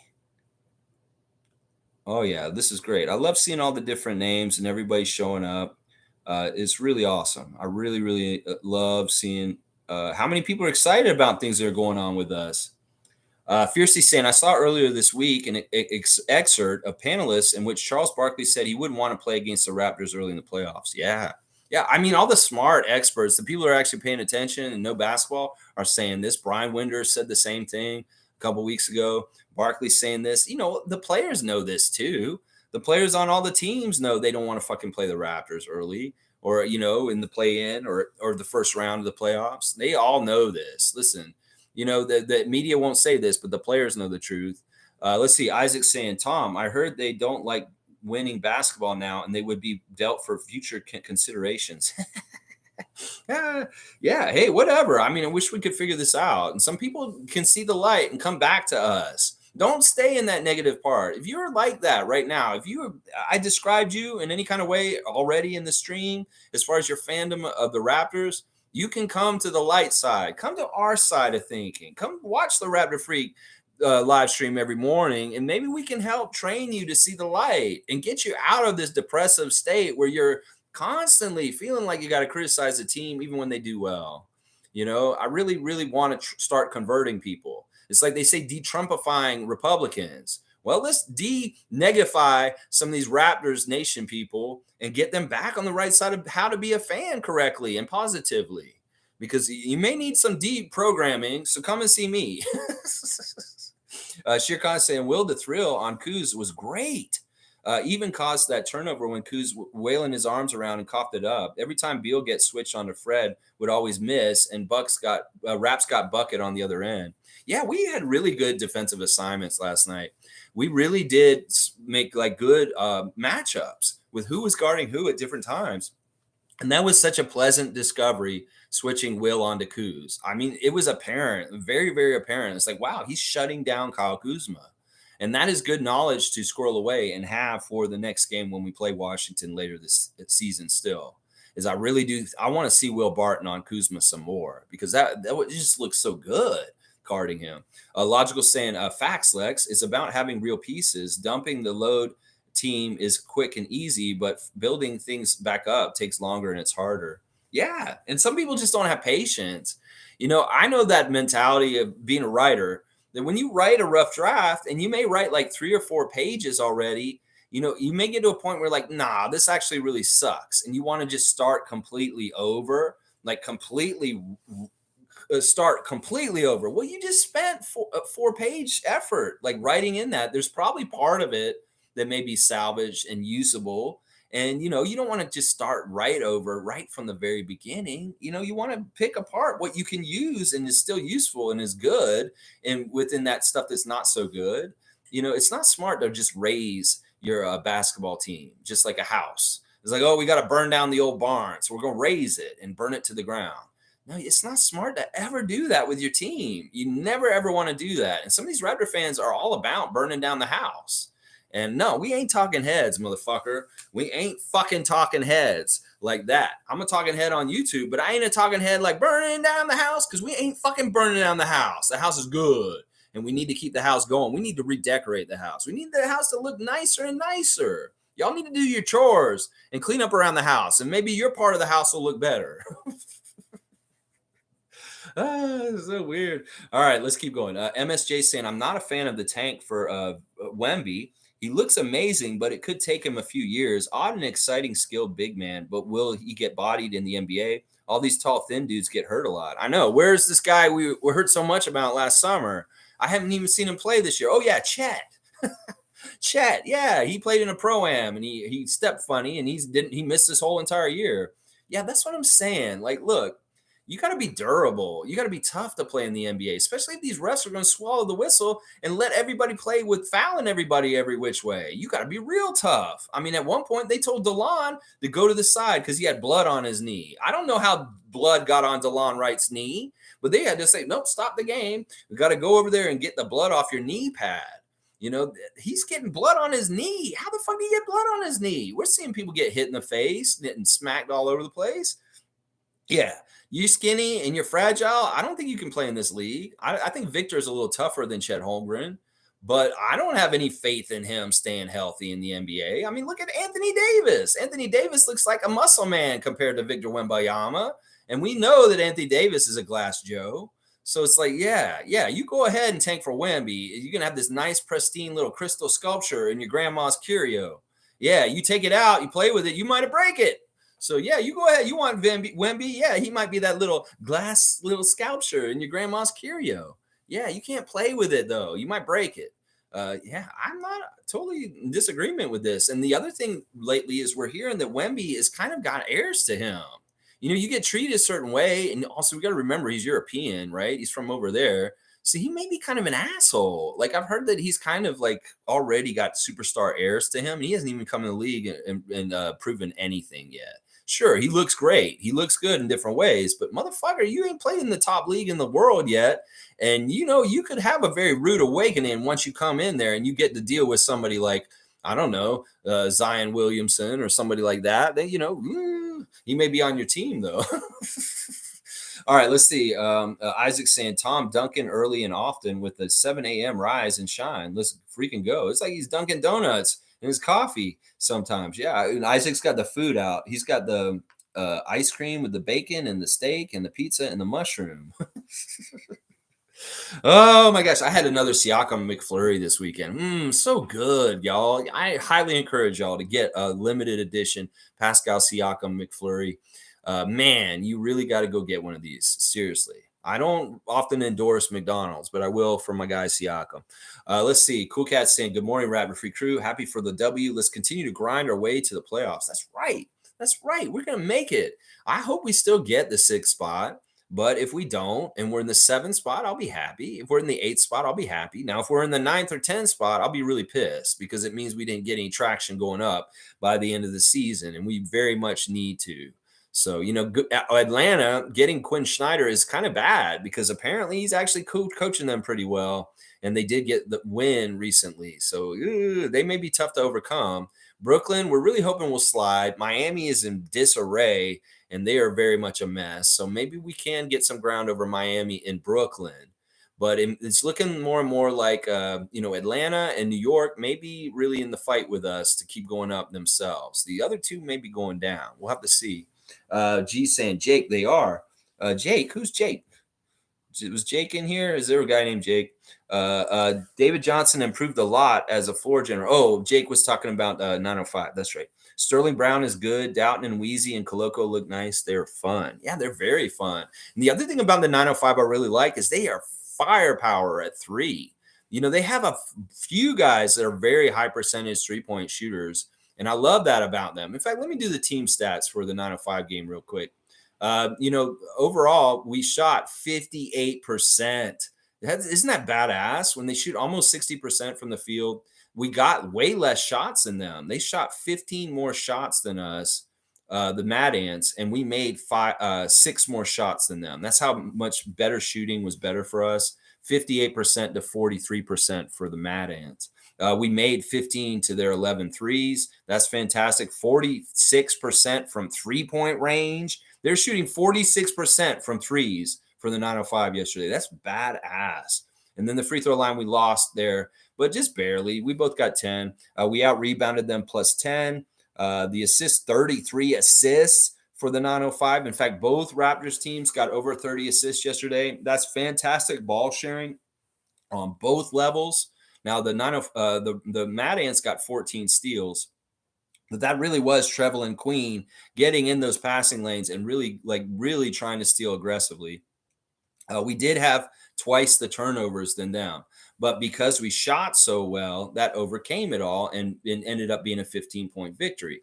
68 to 54 points in the paint for the Raptors. So just really interesting fingerprint of how we won this 905 game is really with overwhelmingly good shooting. That's not been a Raptors MO all year, but having almost 60% shooting team with the 905 yesterday is badass. And once again, in weird ways, they mirror our team on the main roster because they shot really well last night also. In fact, how often do the Raptors shoot over 50% for a game? They shot 52% against the Wizards last night. That's badass. I love that the Raptors, both teams were shooting so well yesterday. It was really cool. Mike saying the process was the start of tanking to win. So maybe Sam Hinkie laughing my fucking ass off, but Philly hasn't even made the Eastern Conference Finals and has like one player from the years of losing Embiid and nothing else really on his timeline. That's right. Like all that shit they did to tank to get these players, where are they? Markelle Fultz is the starting point guard of the Orlando Magic, and he's finally actually becoming a pretty good pro. But look how long it took, and look his journey. He had to leave. And then don't even get me started on Ben Simmons and his journey and voyage in the NBA of what's happened with him. Yeah, did the process work? No, it didn't. And the Sixers don't have anything to show for it, still for it in some ways. Yeah, they have a win over us in the first round last year, a little bit of get back, a good feeling of that. But really, what does that matter? Not a whole lot. So it doesn't work. Tanking has been proven to not work. So all the Raptor fans that still want tanking, you're idiots. It's almost like you're believing in a philosophy that's already been debunked. And you just sound crazy at this point. Shane Waters is saying, interesting point on the Spurs, Lex. Reminds me of another team that was pretty good and got screwed by COVID being in a different country. Who did that team get again? Oh, that's right. SB4. Let's fucking go. No, that's true. Like we couldn't do anything about the Tampa year. We were going to lose, and well, we happened to get Scottie Barnes, and there is a lot of parallels between us getting Scottie and drafting him and when the Spurs drafted Tim Duncan. It was very much a down year, and he increased and made them better right away. And in a lot of ways, it's the same thing. It's not on the whole same level, but it is similar in some ways. So yeah, Shane bringing this up is a good history lesson. You know, that's not tanking. That was the Tampa season. We were in trouble. There was COVID on our team. We had all kinds of problems. It's basically maximizing a bad situation to have the most wins possible as far as like winning in the draft and getting Scottie, or, you know, just keeping a winning attitude on the team and playing through adversity as much as you can so that you don't learn losing habits. That's so much an important part of all this too. So tanking is stupid. That is the general message today, over and over again. G saying Pascal only took 10 shots, but shot 50% from the field and had 7 assists, 4 steals. I said he was congested, but he figured out a way to contribute in other ways. Yeah. Yeah. Let's be minutes police a little bit real quick, because there was a little bit of overusing the starters yesterday. 40 minutes for Fred, 39 for OG, 37 for Siakam, 35 for Barnes and Trent. Now, that's fine. All those guys went over 35 or up.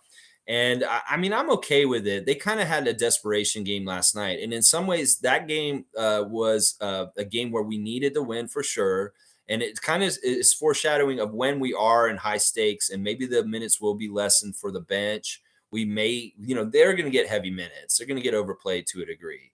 But it's not a consistent all the time kind of thing. Then it's fine. If there's a game that's really important, like last night's game, that needs them to play a lot, then I don't mind it. But if this is day in, day out, every single game, then that's a problem. That maybe we have a game where they get overplayed once every 4 or 5 games, hopefully. We can keep the minutes equal more often. That would be better. So, yeah. And yeah, I think he's sick. G, you pointed this out, I think, that you thought he was congested. And I think you're right. I think that Siakam is dealing with a mild illness right now. Not one that keeps him out, but one that's definitely affecting his energy. And it's great that he contributed in some major ways, even though you're right, only taking 10 shots when he's a high volume shooter. Well, he wasn't being a ball hog. He wasn't being selfish. He was allowing other people to step up and do good things, like Gary. Scott B saying, love when Fred shuts his critics up. We go up and down as a team, but always seem to win when we need to.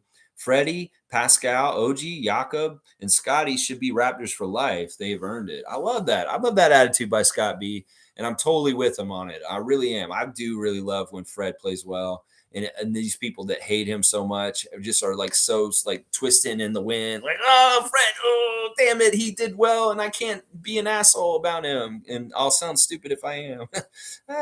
I do really love that. But yeah, I love this core. I really do. And I'm with Masai. I believe in this core. I believe in development. I believe development isn't linear, and it will be happening up and down in different ways, and we will get the promised land at some point. I really do believe that. People don't want to believe that, or don't think we can with who we have. Well, you're not a real fan. You got to believe in your guys. Believe in your team. Mike is saying Fred had 30 points on 16 shots and had 10 assists. Haters are just going to hate, even when he is an excellent, efficient game. And it's against their story of a selfish shot chucker who hogs the ball. Yeah, I thought there was really good balance. Nick did a really interesting rotation thing, which was smart. I was really worried about how he was going to balance having the guys at the end of the game. In fact, he talked about in the post-game interview, he had 6 guys that he could play at the end of the game, and that's a good problem to have.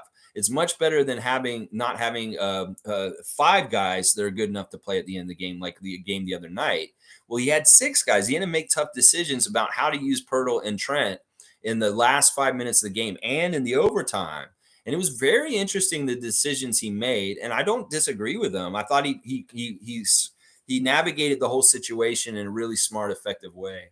He did not ignore Gary. In fact, I was really worried that even though Gary was our best shooter last night and playing so well, that he was going to bench him in the last 5 minutes and play just the starters.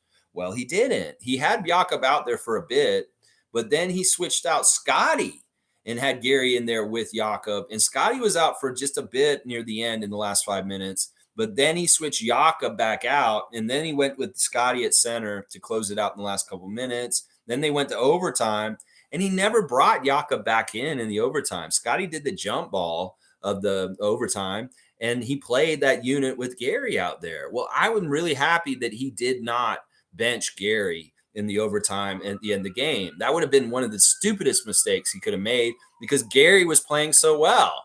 And in some ways, I was really worried that that decision between Jakob or Gary or even Scottie was going to fuck us up at the end of the game. But no, he handled it all really well, and he switched them all in and out at the right times. I don't think Jakob's that upset about not closing the game. He wants to do as much work when he gets time on the court to add up to us winning overall throughout the game. But if he's not out there on crunch time, he understands in some ways that, in San Antonio, did the same damn thing. They wouldn't play him at the end of the game sometimes. It was a whole different lineup. So don't think that his ego is involved in whether he plays at the end of the game. In fact, it may be way more important to have Gary out there at the end of the game for all kinds of reasons. And I really commend Nick Nurse, as much as I was critical of him and how he rotated and made decisions with the players on the Thursday game. He did a really good job of navigating a mess that could have been a real problem if he did not bring Gary back in. He made sure he got him back in. And thank God. Thank God. And that's when Eric Koreen made his little snarky comment. Oh, yeah, it must be horrible not having enough 5 players to play at the end of the game. I heard that's not very good. I'm like, Eric Koreen, shut the fuck up. You're not funny, you dumbass.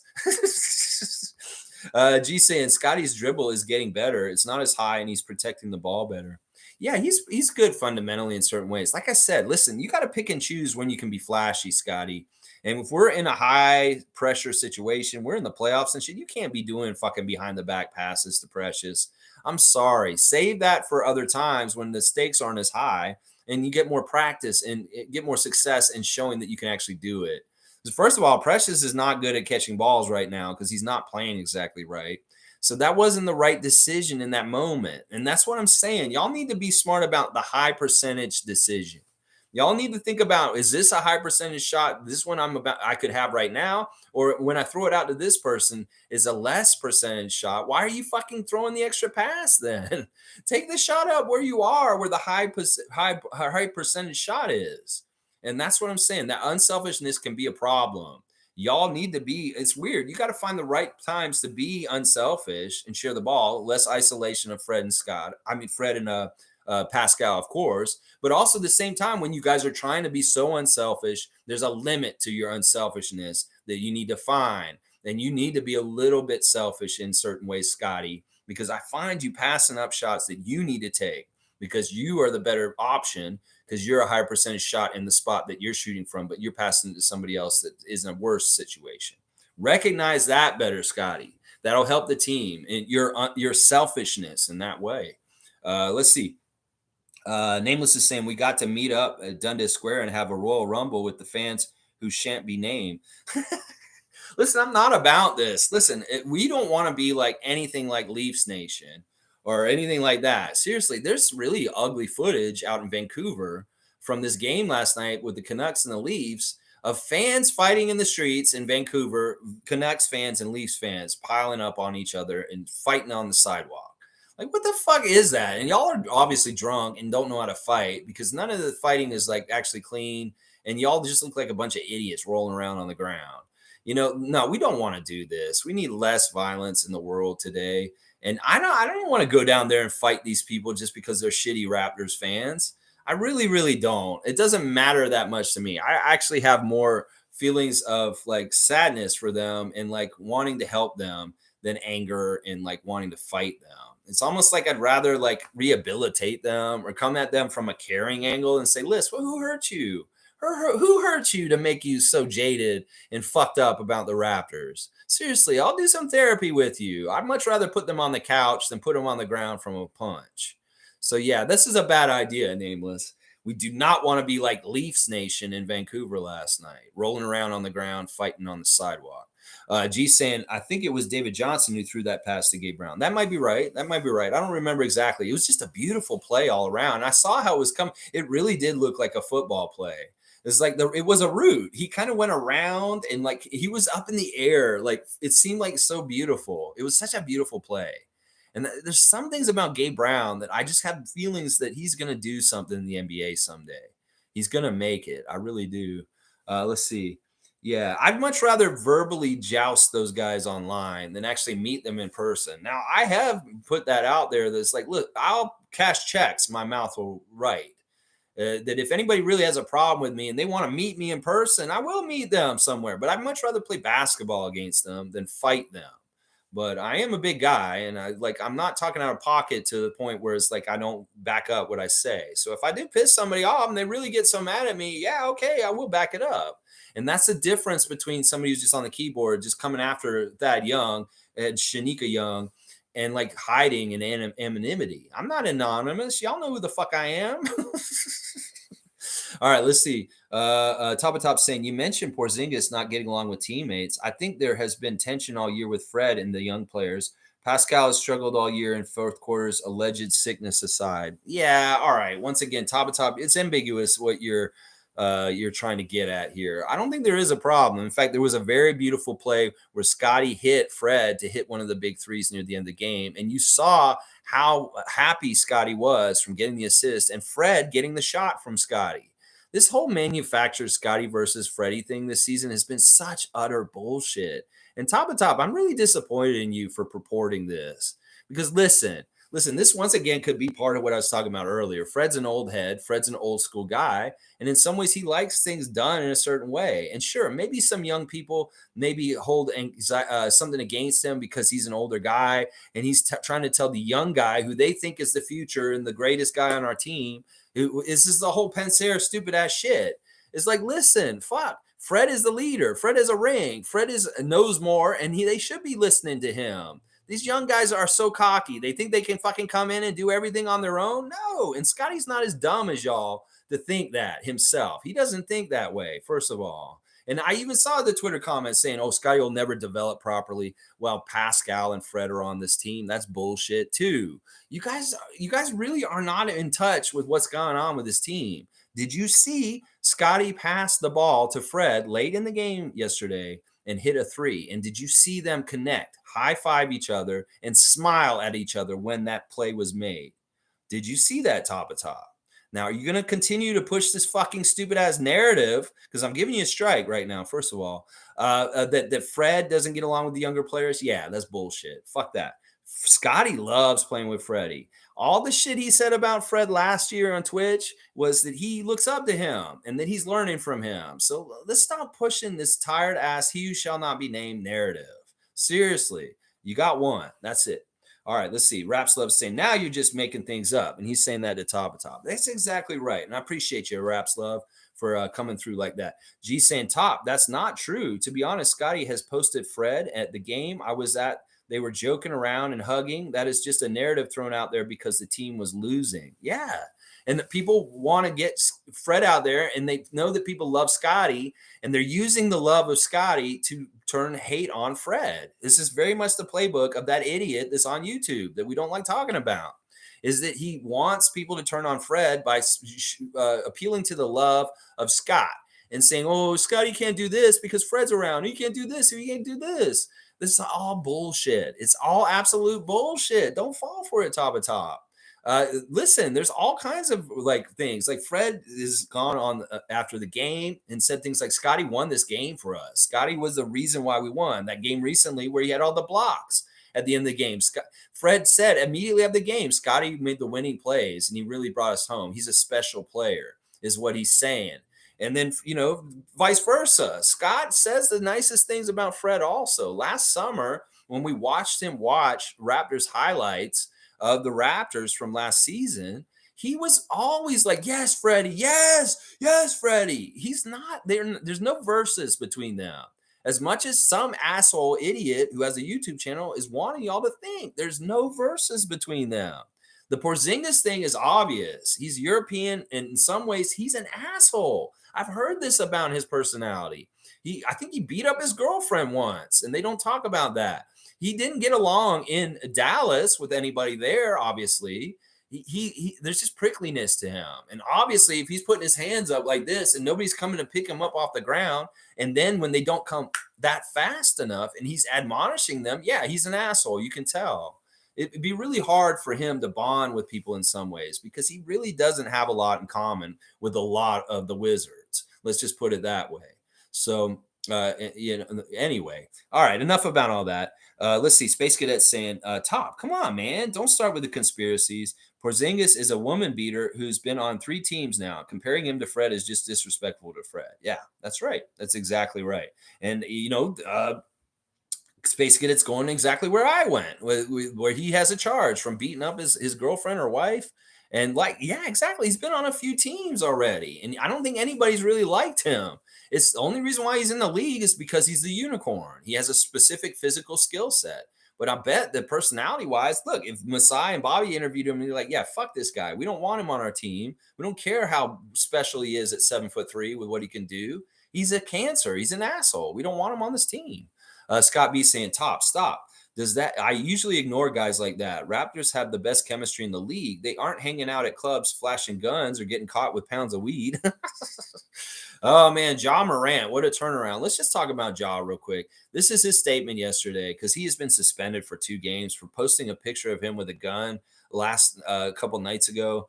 And now the NBA has suspended him for 2 games. And he's saying this: I take full responsibility for my actions last night. I'm sorry to my family, teammates, coaches, fans, partners, and the city of Memphis and the entire Grizzlies organization for letting you down. I'm going to take some time away to get help and work on learning better methods of dealing with stress and my overall well-being.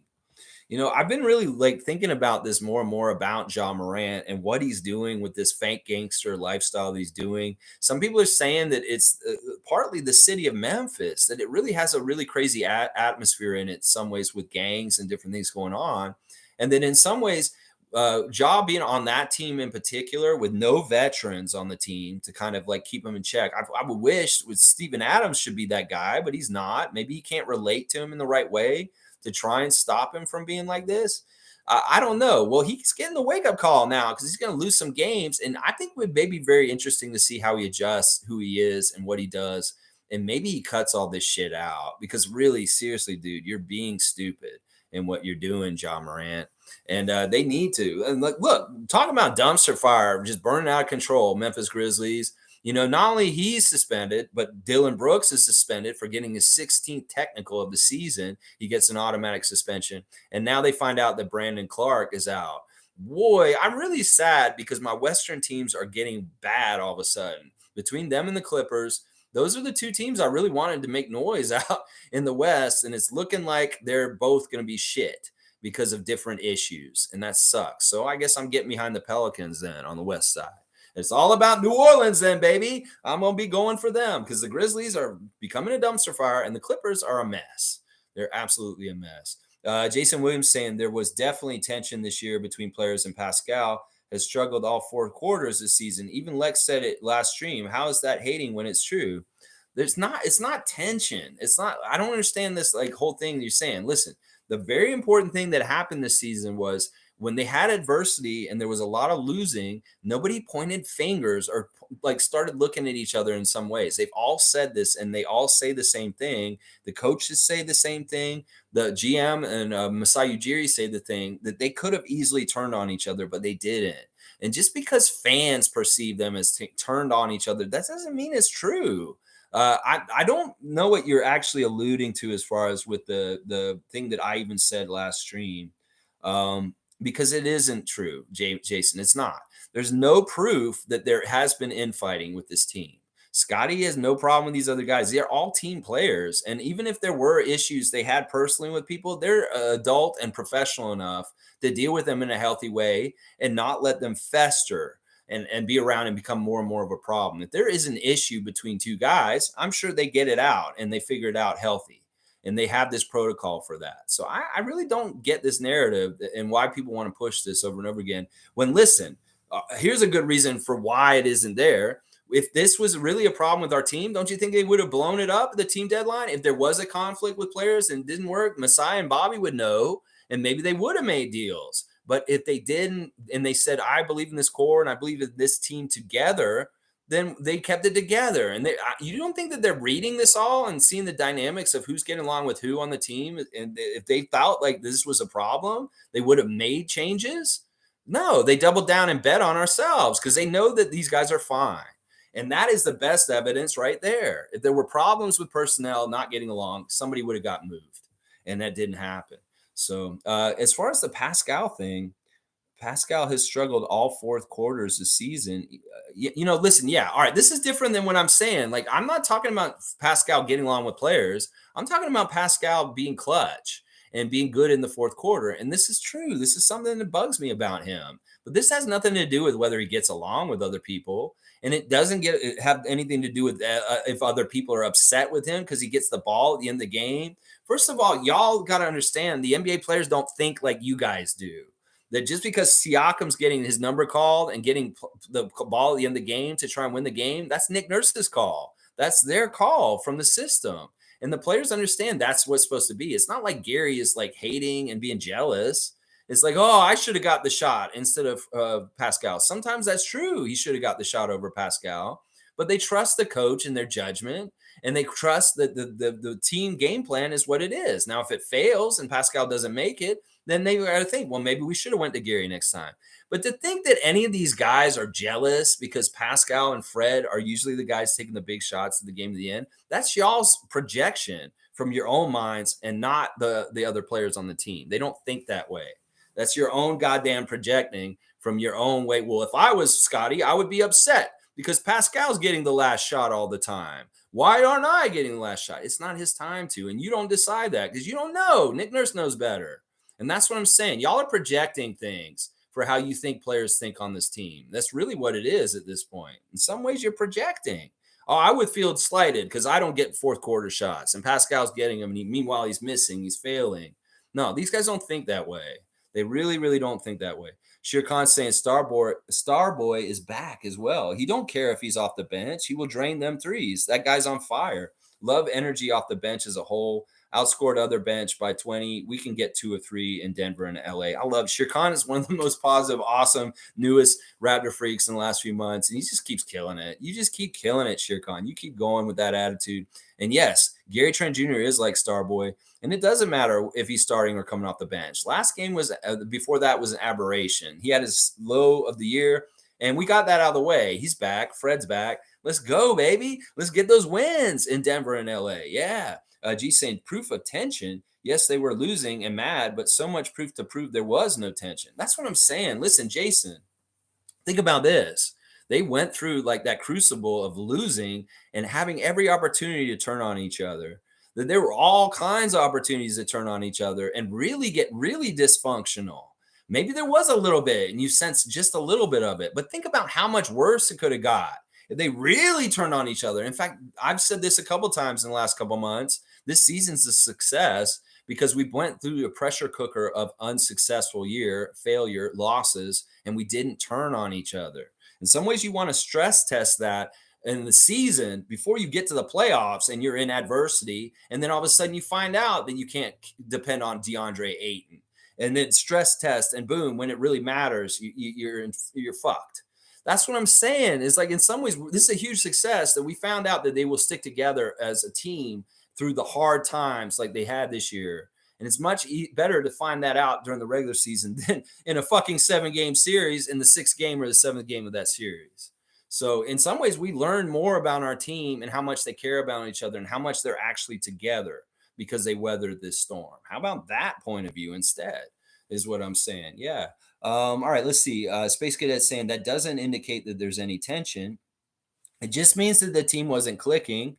Trying to suggest that Fred is toxic is straight out of He Who Shall Not Be Named's playbook. Yeah, Space Cadet's exactly right.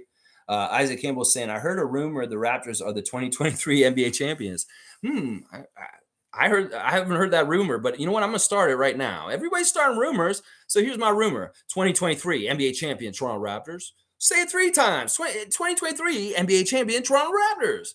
2023 Toronto Raptors, NBA champions. Say it a couple different ways. Yeah, Isaac Campbell, I love that rumor. Let's put it all over Twitter. Let's just put it all over there. And people think you're crazy just as much as we think the other people are crazy for what they're saying. Logical saying, laughing my fucking ass off. Yes, Spicy struggles in the fourth because teams in the fourth guard the guy that's the best player who most likely will take the last shots. Stop Spicy in the fourth is everything they do in the fourth. Well, that's why we need to use them as a decoy in more ways. I think that that's smart. Use them as a decoy. That's always the smart thing to do when they over guard somebody. Give him the ball, but get him to get it out of there as quickly as possible as they collapse on him. G saying Scottie posting Fred in interviews praising Scottie, Koloko and Precious, hugging, chest pumping each other, all actual things that happen. No proof of tension except someone's word. Exactly. Exactly. You know what it is? These guys love Scottie so much. They want so much for him that they think these guys are roadblocks, that they're in his way. That from him becoming the biggest, best version of him is so fucking stupid. They don't understand how basketball works. Fred and Pascal will guide and help Scottie become the best player that he can possibly be by doing it right. If they weren't there to guide him, well, he may be like Ja Morant, living a crazy gangster life with no like good role models on the team with him. In fact, that's a great example we could talk about. Ja Morant needs guys like Fred and Pascal on his team, obviously. And Scottie, I'm not saying that he is in that lifestyle with Ja, but I've seen him like, he likes some of the music. He likes kind of some of like, I'll give you smoke kind of stuff. He could easily fall into that Ja Morant fake gangster lifestyle if he didn't have good role models on his team like Fred and Pascal. So I could start going the other way and start saying, well, we could have a worse situation in Toronto if we didn't have veterans. We could be the Grizzlies. How about that? How about that? Yeah, we can turn and spin all kinds of different things and say all kinds of out of pocket shit that just is like making up shit. Like, does that sound like what I made up is made up though? It seems like that's actually very feasible, that having veterans on this team keeps some of the youngsters away from that fake gangster lifestyle that Ja Morant's playing over there. Yeah. All right, let's see. Shirkan saying great performances in that Mad Ants game. What's the deal with this Kelly kid? Really good energy and finishes at the rim well, like a taller Boucher without the range on his shot. Great skills for the NBA. He's interesting. I look at him and I just don't think he's wide enough. Like he is very skinny. Like he's way skinnier than even Chris was back in the day. And he's weird. Like he's in a little groove. As he put it after the game. This is what Kyler says. He's really playing well right now because he's around some of the best players he's ever played with on a team. And he gives a lot of credit to guys like David Johnson, Ron Harper, Sterling Brown, Jeff Dowtin Jr. for his success right now. He said that the other guys are making him look good, is what he said. And it's true. I mean, they're throwing him beautiful lobs. He's getting all these crazy lobs. And then his shot blocking has been really good on time. Now, that may be more of a symptom of them playing against a really short team the last 2 games. That there's no other guy that matches height-wise with Koloko and Kelly. And, of course, these guys can block the shit out of a short team with their tallest player 6'8". So that may be part of the reason why Kelly's looked so good in the last 2 games. They're playing a very short Mad Ants team, and his teammates are very much looking for him and setting him up because it's fun. So there's a little bit of it there, Shirkan, but I don't think there's any chance this guy becomes an NBA player. He just doesn't have the right body type for it. He may have the height, and he may be fun. He may get to this level and do some fun things, but I don't think he'll be able to play in the NBA. He has no muscle. He'll be able to be pushed around. And we start talking about Wembayama and Chet Holmgren in this conversation because he's more of their ilk. Let's see. MSJ saying misery coming off his insight, demands of perfection, which puts him as smarter than all others, demands that are impossible to be met. And so he will always be smarter than you, like a bad girlfriend vibe. Exactly. Seriously, this is a really good learning experience for people to learn about relationships. And sometimes like what you just described, MSJ, is a toxic, abusive relationship because you want perfection from your partner, and they can't do anything to possibly get that perfection. There's always going to be something that they'll nitpick about or pull apart and say, well, you just didn't do this right. You could do every single thing right in that relationship. And they're going to find the one little thing you didn't do right and make you feel like shit over it. You could be a badass partner or spouse to this person as a male or female. I'm not talking about boyfriends or girlfriends. I'm just saying in general. And it doesn't matter to them, because all that matters is that mechanism of control, of saying this about you and having you try and people please as much as possible to get there. It's so crazy. And the parallels to how fans or Raptors Nation treats the team and how they would treat their spouse or girlfriend or their child or their friend, even, or relative or whatever, you can see it and where it's toxic and how you just described it right there. The demands can never be met. It's impossible, because they're never going to be happy. They're never going to be satisfied. And that's just the damn truth. G saying Kelly went from averaging around 2 points per game to scoring in double digits. I like him too, Sheer. Lots of energy. Yeah. I just went over why, though, in some ways. I'd like to see him have continued success, and he's definitely enthusiastic, and he's the kind of guy you want to root for. But I have to be realistic about it also. And that is part of the reason why he looks so good, is that Mad Ants have nobody near 7 foot tall. Let's see. Nameless is saying, I can't stand content creators that create narratives that do not exist. I don't mind having a debate, but it's got to be grounded here on Earth. Or just like what is the purpose of it? Like once again, we're getting back to this. Are you creating or destroying? Get to that basic philosophy. Are you creating something and building something, or are you just trying to destroy? And what are your motives? That is what you got to search if you make content and things like that. Logical saying, Nameless, same here. I like content that has actual value.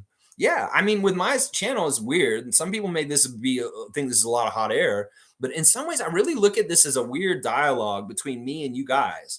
And the fact that you guys come with me with ideas about the Raptors and observations that you have, and then I kind of put it in my head, and then boom, all of a sudden some sort of magic happens where we discover and figure things out from talking and having the conversation.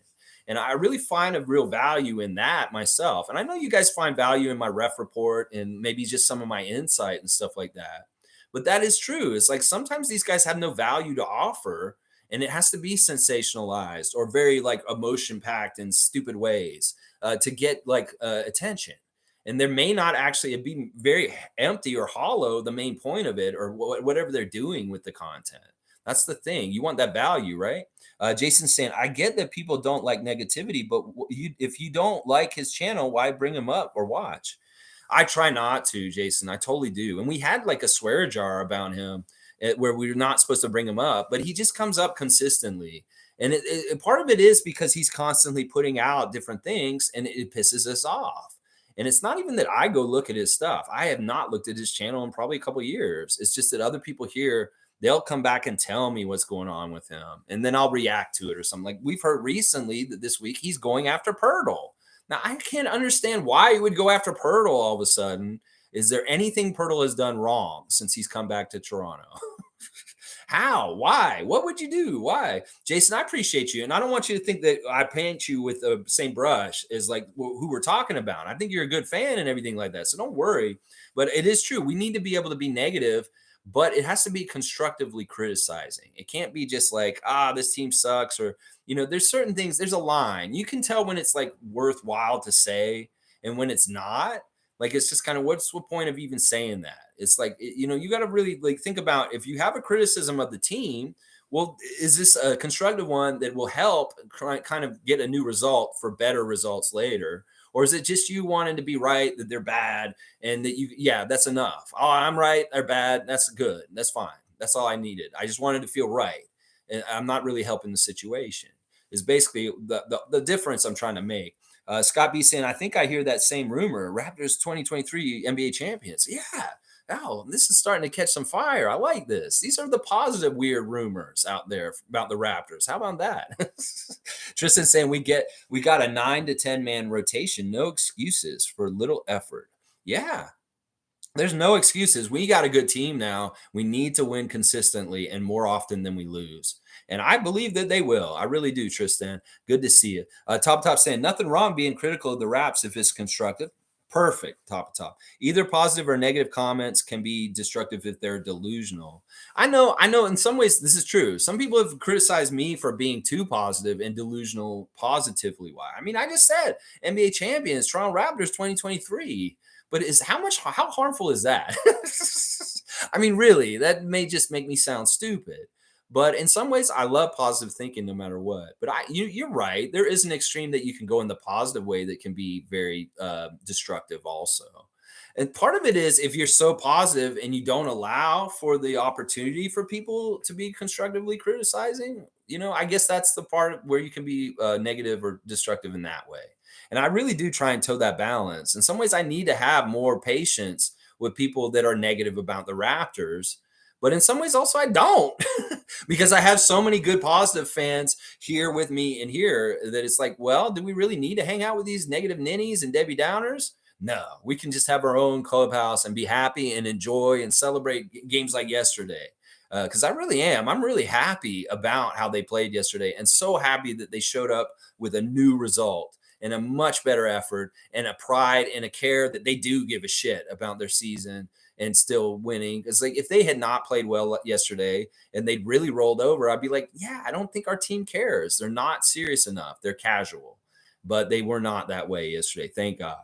MSJ saying he's an enigma. Laugh out loud. It's PTSD recovery talk. Haha, a warning to others. But who cares? The team is way better with Poeltl and Pascal as our best player. Team is close. Just needs to gel. Go Raps. Yeah, the things that we need to get better right now are basically gelling and shooting better. Those two things happen more and more. We're going to improve and look so much better and more dominant.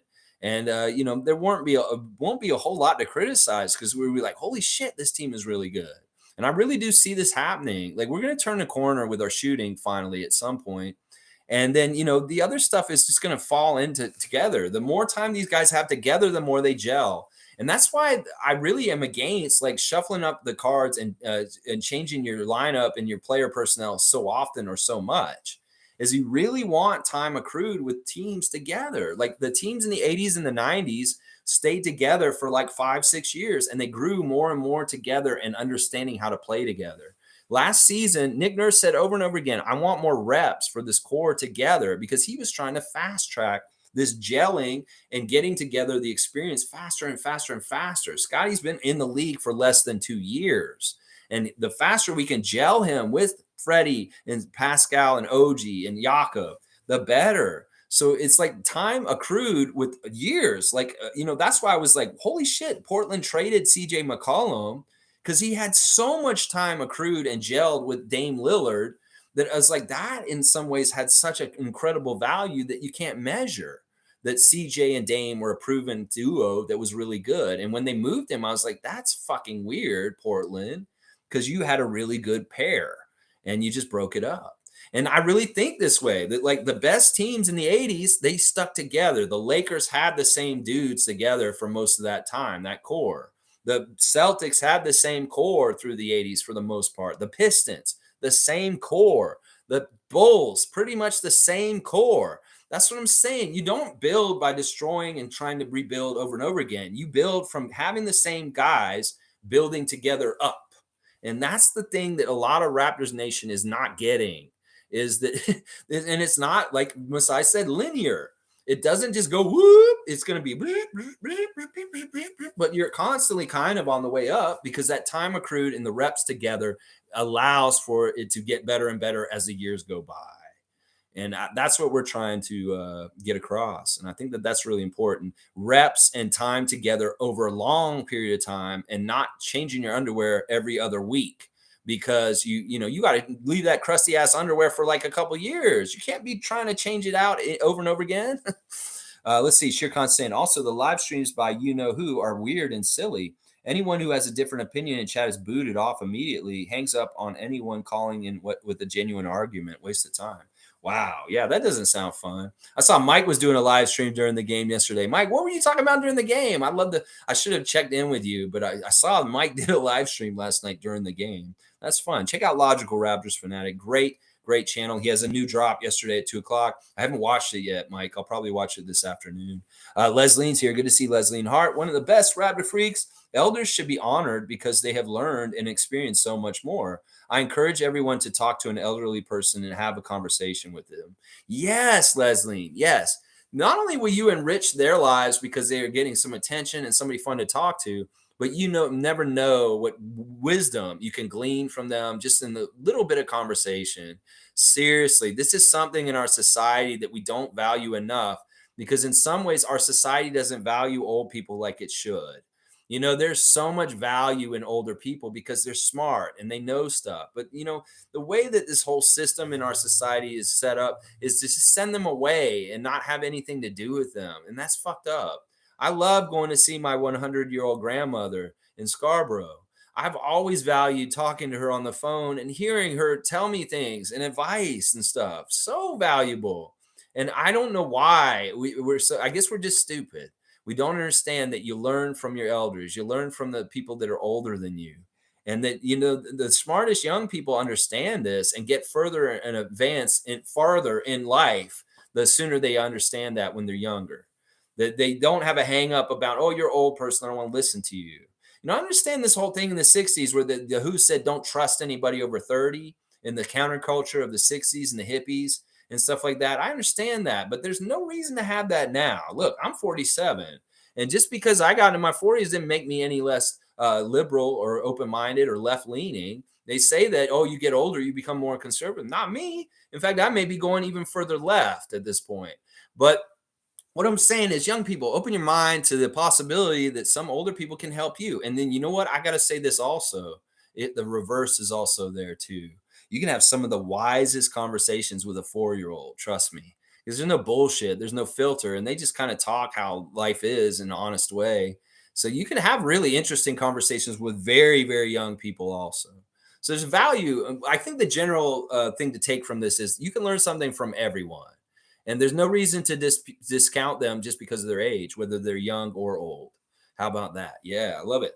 Scott B saying, maybe find a new channel. I believe this is called the Raptors Freak channel. Yeah. Thank you, Scott. Thank you for the endorsement. Smooth Brown Man is here. Good to see you, Smooth. I don't watch YouTube content creators that are purposely negative. Can't do it. Well, I appreciate that you're here. Seriously. And I know maybe I was a little bit negative going off at the beginning, but I'm just like, what the fuck? Seriously, we just had a really good overtime win against the Wizards. And a part of our Raptors Nation is all bent out of shape about it. I'm like, what is wrong with you? It's crazy. I appreciate you, Smooth, being here consistently recently. I like it. Mohan's here. Morsan, good to see you. Haters hate, and they don't even know why. You know what? That's the thing, Mohan. It's like, seriously, we need to go to these people and say, who hurt you? Who hurt you? What happened to you in your life? Like, can we get you in therapy so you can figure out what has made you into such a miserable fuck? And then maybe we can unlock you as a happy person somehow when you can come to grips with whatever trauma happened to you in your past. Because a lot of this is stuff from that people have things that were hurt by. And this is part of the symptom, is the way they're acting in Raptors Nation. Seriously, who hurt you? And if you're one of these fans that can't see the light and the brightness around Raptor Nation right now, maybe do some soul searching on why you're so angry and upset in your life.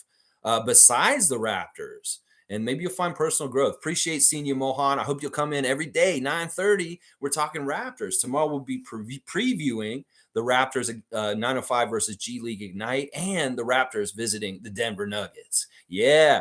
Shirkan saying that is a best at point forward. I think Scottie is learning a lot from him, even with that warm-up argument. Scottie can do it all at point, combo guard, point forward, or screening center. Future star. Yeah, he is a star for sure. And you're right. He can do whatever he wants on a court, Shirkan. He really, really can. He's a jack of all trades. And it's really like, let's maximize his wide variety of his skill set for particular games and matchups. And also let's maximize them for like the best high percentage shots. And I really do think his low post work is the place to go to that. And that's why we're saying play him at forward. Yeah, that is a great role model for Scott. I mean, 17 years, so much experience. He has so much insight on specific individual players. He has a lot of insight on how to be the best pro, how to prepare, how to take care of your body. Obviously, if he's been in the league this long, must have done something good about preserving his body. There's all kinds of things. Scottie could do better with nutrition. No lie. Watching him, what he was eating on Twitch last summer made me realize, Scott, you could probably be eating better food than what you're eating right now. So there's all kinds of things a young guy like Scott could learn from an old pro like that. And it's definitely true.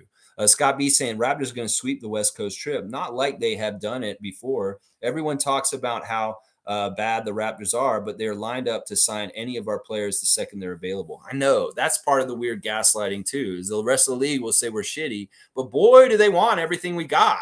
It's so weird. It's like, okay, yeah, we're a bad team. You won't put us on TV. You know, everybody doesn't have any trust in us, but for some reason, everyone wants our players, our coach, our GM. Okay, we're a bad team, but everybody lusts for our shit. It's so weird. It's so weird. I like what you're saying. I think we'll do really well on this West Coast trip too. Some reason we're good road warriors, and in some ways we got a real edge to us right now. We're a little pissed off. I like Fred's swagger after the, like I said, in the press conference after the game. He's kind of like, yeah, y'all call me out. Well, I'm gonna come and fucking do some shit, and I'll call y'all up back out the other way after I am successful and I kick some ass. Nameless is saying people are orchestrators of their own misery, Lex. Woo. Ooh, that's a tough observation and statement, but there's a lot of truth into it. You know, your perception really can make your life, make or break it. If your perception is negative and sad and just everything sucks, it will be that way. So if you want to make yourself have a sunshine day, turn to the light and take the light in. Don't turn to the dark and go this way. As you go this way, you're going to get all the dark stuff. You go to the light, you'll get all the good stuff, unless you're dying. If you go to the light when you're dying, you're probably going to heaven. But otherwise, you know, go to the light in your life. Lionheart is saying, how does Fred and young players having supposed tension correlate to Pascal struggling in the fourth? What am I even reading? Yeah, I think that we were doing two different things. I think they were trying to take a criticism I have of Pascal and trying to sandwich it in with you know, their line of rhetoric that they're trying to put as far as tension with the team, but it doesn't fit. And Lionhunter just pointed it out. Very, very good. Mohan saying, I would have liked to see Gary take one of those big game-winning shots last night. Well, he had important ones late. And, you know, he did get opportunities. He did miss a shot late in the game. He did get an opportunity or two. It's just there's going to be a little bit of mixing and matching between Fred, Pascal, and Gary. But I think that recent trends have shown he's getting the last shot at the end of quarters. And sometimes that's kind of the tryout for getting the last shot during games. And also think about this. We know that Nick Nurse has this kind of philosophy of he'll learn things on the court early in the season, but he doesn't want to overuse it during the season. And then he'll pop it back up in the playoffs later. Like there's a whole bunch of stuff he learned about our team during the season, but he doesn't use it right now because he wants to save it for later. And he doesn't want other teams to figure it out during the season. He'd rather pop it on them on the playoffs. So what if this is what he's doing, Mohan? What if he's saving Gary to take the big shots until later on when it'll surprise people because we're overusing Fred and Pascal still? Oh, they're just going to use them. And in some ways, that would be a big shakeup or shift that may surprise them. Oh, they actually are using Gary at the end of the game. I don't know, that could be possibly a strategy he's using. He knows that Gary's a bucket and maybe doesn't want to overuse it during the season. I don't know. I've seen him take big shots at the end of quarters recently and also at the end of games. So he is still one of the options for sure. If he's not one of the first two, he's definitely the third one, I would say. Space is saying he technically did. Gary took a three that's the one I was talking about with under a minute left. And then Fred took the last two. Gary was covered on the last two possessions. Fred was open. There you go. Space Cadet's paying attention. I like it. Shere Khan saying the draft is deep as fuck. Can add to the bench to make it deeper. Players like Dyson Daniels or Jalen Williams are gettable even outside the lottery. The core is set and can win a chip with development. I love what Shere Khan's saying here. It's seriously like we've got a good structure for our team and most of our core is here, and there's just fine tuning. We get a couple of players more in different places. One really good draft player somehow, some way in the draft coming up. Yeah, we're going to add to it all. Coloco's going to get better. Precious going to get better. Sky's going to get better. You know, we have ways and a route to become a top Eastern team and be back rightfully where we're supposed to be.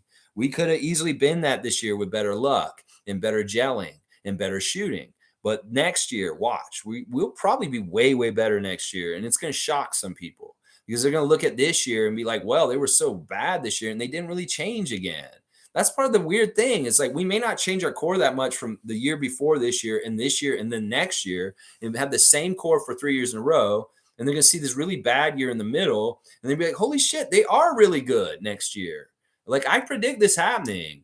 And then it's just like we got to go through a bad year with this core of the development. And then boom, we're going to get all the rewards of going through it all, the hard work, the tough times, and it'll show on the other side. So I really do think this is going to happen. Next year, we're going to look even better. And Jakob's going to be a big part of it. Logical saying, I study like everything and go deep with things I find interesting. The human chess game is in the streets is a vacuum for me. So it's entertaining without any risk of being in the mess. Yeah, you're talking about Survivor. I know you seem like that kind of guy, Mike, that if you're into something, you're really into it. It's just I'm a casual Survivor fan. I didn't want to put it out that I'm a super fan. I'm not a super fan. I'm just a guy who likes to watch it when it's on, but I don't obsess about it and I don't get too in the weeds with it. I like watching it because, like you said, I like watching the strategy and the human chess of it because Survivor is such a weird show.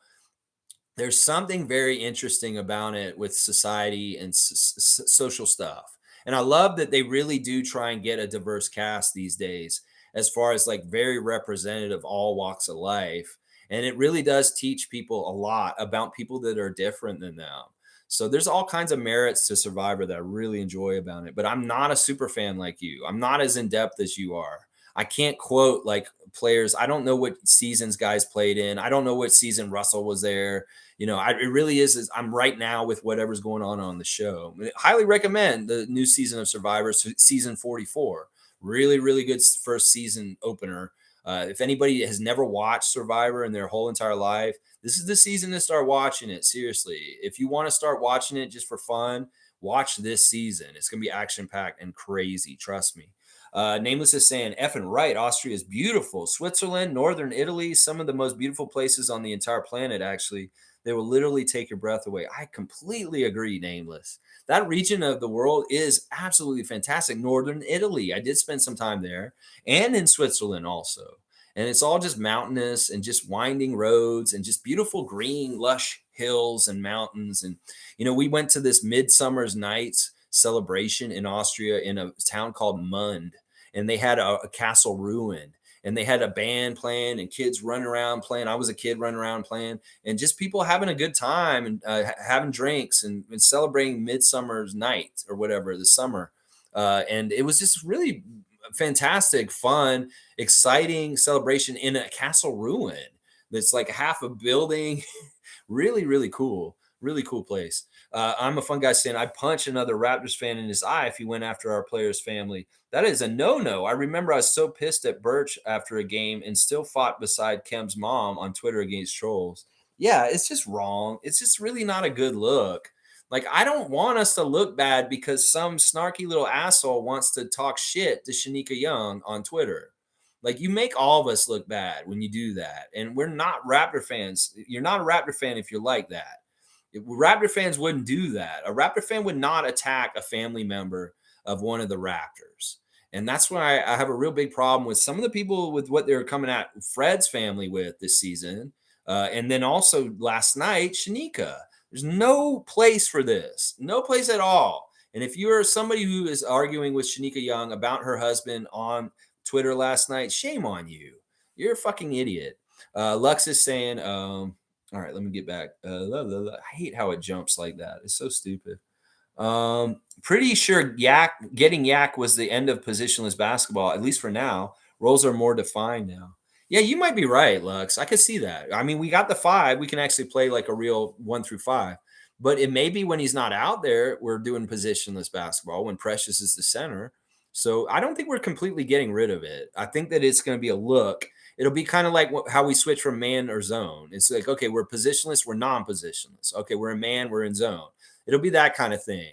And it may not be like a majority of the time either. It may be that we really do spring positionless lineups on people for like good benefits and advantages. So we'll have to see. We'll have to see how they use it. But you're right. In some ways, Poeltl's arrival is a death toll for the positionless idea in some ways. But he can actually kind of play within it too, which is kind of weird because his mobility is pretty good. In some ways, he could actually play within it.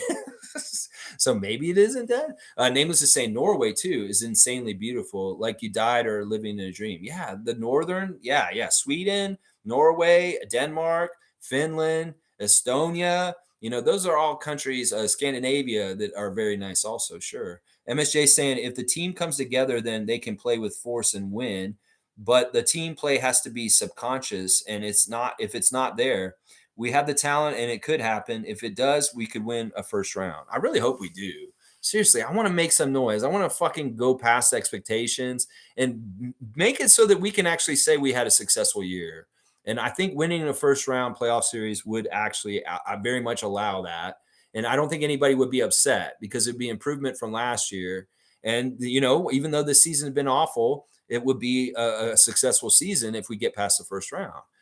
Mike's saying, I talked on that Scottie point in my drop. This year was learning how he wants to command the point guard position and right play.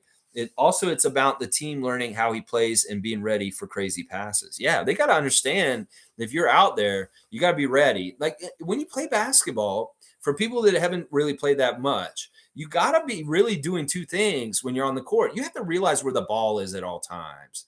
And like, if you really don't understand where the ball is on the court, you shouldn't be playing basketball. That part of it is being aware of where the ball is in relation to you. And then obviously you got to be worried about your person you're defending. And those two things at the same time, you got to really kind of have eyes in the back of your head sometimes, or a sense of it, because knowing where the ball is very important. And if you're not paying attention to where the ball is, or if you're on offense and somebody like Sky's got the ball, you got to be ready to catch it at any time. That's just how it's got to be. And you can see Jakob's really good at this. He has a really good perception that stays open because Scottie hit him with crazy shots and he may not be exactly ready for it, but because he has a vet savvy, he can position himself just in case. And if Scottie has a good accuracy, even if he's not totally ready, he may bobble it a little bit, but he got it to him right in the right way. That's the thing. These other guys got to be more aware and ready, like Precious and OG. They've got to be ready for Scottie to hit them up real quick with a crazy pass that nobody may see. We saw Chris get a pass like that from Fred last night that wasn't totally easy to see and handle, but Chris was ready for it. He knew that would happen. And part of that is the gelling and getting used to each other and what they're capable of and understanding, well, Scottie may try and rocket the ball to you all of a sudden in a straight line pass through traffic, and you've got to be ready and allowable for that to possibly happen and staying aware. So that is a part of it right there. I think that they need to be more aware that the possibility of him rocketing the ball to them is there. And it's not always. Mohan's saying they look better on the switches last night. Yeah. I think that they just had better matchups against who they were guarding. I think that it was a big fail to put Scottie on Kyle Kuzma in the last game. Scottie's a good defender, but he's not savvy and smart with like a lot of experience. And in some ways, Kuzma knew how to pick him apart and get those like early first 10 points right away at the beginning of the game. And it really is, you got to respect Kuzma a little bit more when you play Washington at this point. Sure, you got to watch out for Beal, obviously. And you got to keep the big guys off the glass, Gafford and Porzingis. But Kuzma, he deserves some OG treatment for sure. And I don't know Scottie's the best defender on our team in some ways. And he sometimes lets guys get off on us. And I blame him partly for the Kuzma stuff in the first game. Scottie. Let's see. Shirkan saying Vision 6'9" was a term coined by one of the Raptors Republic, and I think more of a misnomer. It's the wingspan that makes the difference. Even a 6'6" guy can have a 7-foot wingspan, and a center is a must. There you go. I like how Shirkan's delineated this. And you know what? This is very true. Fred has a crazy long wingspan and arms for his height. In some ways, he's not really his height because his arms are so long. Yeah, I can totally get behind this. And I think that you're right. Maybe we should move away from the 6'9", Vision 6'9" thing and just start saying positionless, because that actually distinguishes things in a certain way. And the height is actually not important. Centers can do it if they're mobile enough. Nameless is saying that's exactly what we're doing here. Resetting the fan base's mindset. Take the red pill and decondition the programming. Lead by example and show them how to be a positive Raptor Freak fan. There you go, Nameless. Seriously, we might have to do interventions and reach out. Kind of like an AA. If you see somebody struggling with alcohol and you want to bring them into a meeting, if we have some Raptor fan friends that we know personally, maybe we need to reach out to them and say, there is help out there. If you want help and you really want to get out of this way of thinking and where you're at, there's help out there. And we'll reach an outstretched hand and try and bring them in. Shirkan saying fans forget how hard it was to find these diamonds in the rough. And Pascal, OG, Fred, Precious, Boucher, and even Powell, who got us Gary. Teams don't get lucky that many times. We were so lucky to have them. Yeah, I agree with what Shirkan's saying here. I absolutely agree with this. I mean, listen, we do not appreciate Fred and Pascal enough. That these guys have a crazy, unique path and what they've done to do what they've done in the league. And that Raptor fans really should honor them and treat them with way more respect. Y'all treat them like how Boston fans treat them. Or you treat them how like Sixers fans would treat them. In fact, sometimes Sixers fans may treat them better. You know, man, you know why people hate Fred VanVleet on other teams is because he hits those dagger threes like he did last night. You don't think that he caused Washington Wizard fan pain when he hit those clutch threes in the overtime last night? And that in some ways, all right, listen, y'all that hate Fred are more like those Wizard fans than the Raptor fans because the pain, the reason why these guys want Fred off our team is because he kills them and hurts them like he did last night to Wizards Nation. Don't you realize this? Don't you guys have this idea, you negative Raptor Nation people, that you are lining up with them in their pain? That their pain is because he destroyed their team and hit the daggers and brought the Raptors a victory over their team. This is why Boston fan wants us to get rid of Fred. This is why Philadelphia fan wants us to get rid of Fred, because they have accrued pain from him killing them at the end of games in the last couple years. Don't you understand that? I want y'all to understand that. People that don't like Fred. That's why they want him off the team. The other people want him off the team because they want him off the team because he kills them. And y'all want him off the team for why? Why? Why do you want him off the team? Because you have a personal gripe against him? You don't like him? You don't like his hair? You don't like the way he walks? What is it that you don't like about him? And why do you line up with the Celtics fan that has the pain from him or the Wizards fan or the Philly fan? Think about that. Seriously, search your soul. Shirkan saying Wemby is more like a KD archetype. He won't see matchups like Embiid or Jokic. Probably Giannis or Tatum at his position. Will also be injury concerns like we see with AD in LA. Have to watch his minutes. Yeah, I don't think he can play center. I mean, he's going to be pushed around. He may get out there and, yeah, he'd find it real quick dealing with somebody like Jokic or somebody really big like Embiid for sure. I think that's pretty astute idea of what Wemby will look like position-wise in the league. He's not going to be a center. He's going to be more like he'll be like a really oversized small forward or something like that. It'd be really weird. But yeah, that's a good point that Wemby is like that. Scott B saying, Scottie, Precious, Gary, Koloko, Bant, and Flynn are the future. If you want the games with this in mind, you can see the Raptors are going to be very good for a long time, and these players see that. Yeah. They love the team they're on. Listen, they've said this last year that they wouldn't want to be in the foxhole with anybody else. They really do love the guys that are on the team with them. They see that they're powerful and strong, and they feel confident lining up next to them. Jakob, Pascal, Fred, OG, Precious, Gary, Scottie. These guys are fun to play with. Chris Boucher. And they really do have a camaraderie that you guys are not understanding. In fact, anybody who thinks that they have a lot of problems is wrong. They have a lot of confidence in each other as a whole, as a group, and they do believe in each other. That's why they're really trying really hard. Logical saying hockey fans be like that. Yeah, the clips from last night are absolutely ridiculous. The fighting of the Leaf fans and the Canucks fans, really, really stupid. Mohan saying, if you don't like what you see, change the channel. That's right. The one thing in life that everybody has to realize is the only thing they can control is their damn self. You can't control anybody else. I can't control if this guy's going to have a horrible YouTube channel somewhere else. I can't control what anybody's going to say. Can't control what anybody's going to think. The only thing I can control is me and what I'm going to say and what I'm going to think. And when you understand what you can control in your life and what you can't control, that empowers you. And I think that part of the problem is some of these people don't understand what they can and can't control. You guys can't control the roster of the Raptors. So stop. I don't think I can control the roster of the Raptors, so I don't even get in this misery of sadness of having Fred on the team and being upset about it because I know I have no control over that. So you really got to figure out what you can and can't control. And when you can do that, you can change the channel and realize you do have control. Good comment, Mohan. I'm liking your presence in the chat today. Logical saying Ja is blowing it at the moment. He really is in trouble. He might be right at the edge of it. This is similar to what happened with Kyrie earlier this season. It's kind of like fuck around, find out. You might lose it all, buddy.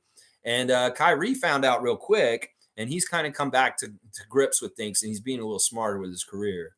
Well, Ja, this is a similar thing, and yours is a little bit different in some ways. It really is dumb. This culture of gun culture is really destroying the United States inside out. And you don't want to be a part of that, bro. You don't want to be a part of that history and stuff like that. Be more like Austin Reeves and get rid of the nickname, get rid of the whole idea of it. If there's people in your posse, in your group that are causing more issues because they have that lifestyle and they're encouraging you to be more in that lifestyle, you might need to get rid of them. They're not your friends and they're going to bring you down. So, yeah, just do something. It's hilarious. I see Rondé Hollis Jefferson on Twitter this morning talking about somebody on that team needs to reach out, or anybody in the NBA family needs to reach out to Ja and help him figure this shit out. His parents are obviously not good role models for him. Obviously, his mother was part of the reason why this shit happened. And then his dad apparently is just getting drunk at games all the time. That's all he's doing. So I don't know. Somebody needs to talk to that young man and get it through his head that, like, you could lose everything, bro, if you're not careful. The NBA wants you to succeed and be very good because you're good for them. You could be one of their best superstars in all the marketing very soon, but this does not jive with it. This whole other thing, this role play that you want to play, because he really isn't a gangster. But this is the crazy thing. If he's going to live that lifestyle, invite that, you may get shot by a real gangster in Memphis. That's the craziest, saddest thing about it. You want to play games, play a little role, cosplay that I'm a gangster. Well, maybe a real Memphis gangster will come and shoot your ass. And that would be the biggest tragedy of it all. So you don't want this smoke, dude. You don't even play in that league. You play in the NBA. You don't want to play in the gangster drill ops league where you might be getting shot on your porch by a stranger just because they want notoriety. In fact, you put yourself a big target by being all like this. It's like these guys want to make a name for themselves. They may come and get you just because they can say, I shot Ja Morant. You don't understand how dangerous it is what you're doing, and it's totally unnecessary. Totally unnecessary. It's kind of like, yeah, I'm going to put a target on my head and make it I'm all about this life. Well, these guys that really are about this life will come and see you. You don't want that, Ja. Trust me. You do not want the real Memphis gangsters coming to your house. You really don't. Let's see. Scott B saying Raptors whole organization deserves credit for being the true role models of the NBA. Best culture in the league, should be talked about more. Yeah, I agree.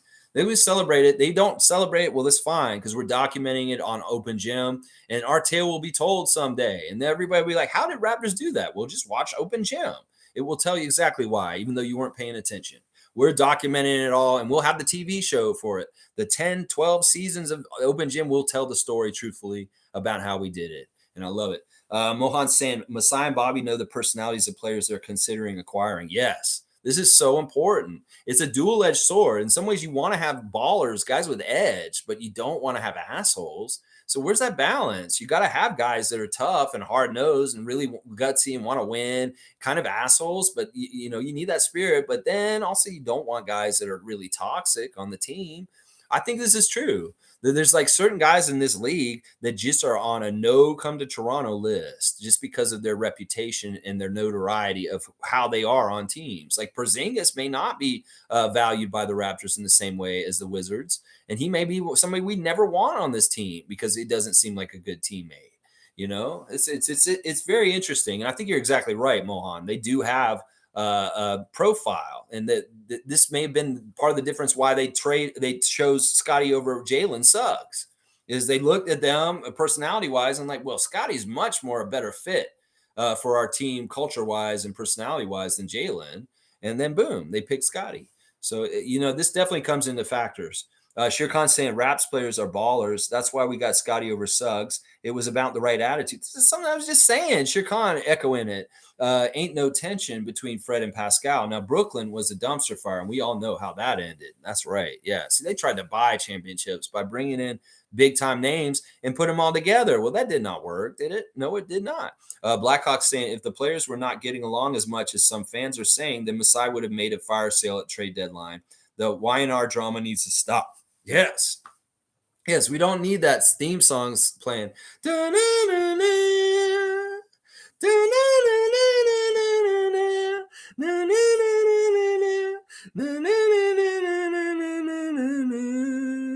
young and the restless. I'm a Victor Newman, Mark. All right. Yeah, totally. Like, seriously, if there were problems on this team and there's a conflict, he would have made a move. Trust me. He would have traded somebody. Scott B saying your value is your genuine love for the best team in the league, the Toronto Raptors. I can't speak for anyone else. But I'm here because you're real. Thank you, Scott B. Seriously.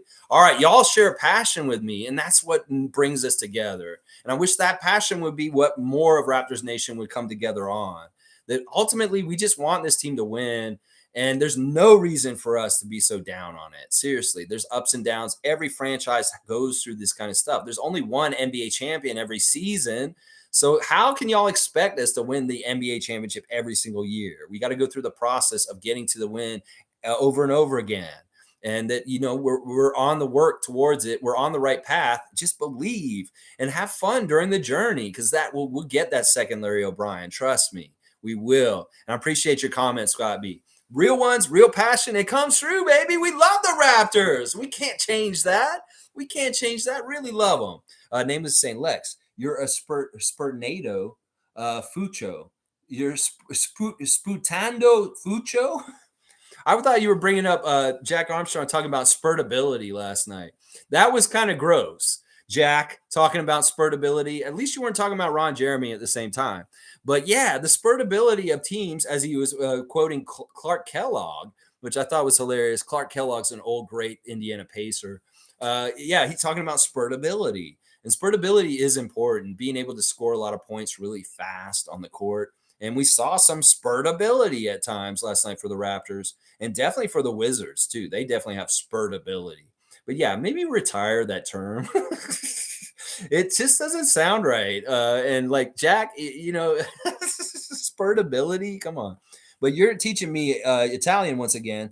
Sputando fuoco, spitting fire. Okay, cool. Nameless. I like that. Love that comment about our roster being stress tested early enough where there's no surprises later. Nick has a playbook for every situation we may find. I think that people don't realize this. They want to point out all the different things about the negatives about the season. But in the negatives, there's opportunity. And there was an opportunity to stress test our team and see if they stick together in adversity. And all signs point to that we were very successful. In fact, I bet you other teams would have completely fallen apart and turned on each other in the situation that we were in this season. I'll bet you a lot of other NBA teams would have fallen apart and started like everything. They're like, I don't really like him down low inside. But now that we're losing, I'm really going to let it known. And then boom, they start turning on each other. There was none of that this season. There really wasn't. Let's see.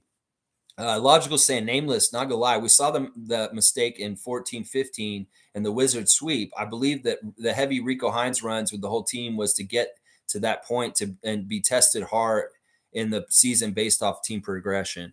Well, we got extra reps with our core at Rico Hines all last summer. And that was so brilliant and so smart, because if we're trying to fast track time together and as much time together with this core, go ahead and go in the summer and get a month in of runs at Rico Hines, the whole Raptors team. That will help speed up getting the reps as quick as possible and getting this team together. Blackhawk saying, better to be called too positive than too negative. You never heard of a person dying from positivity.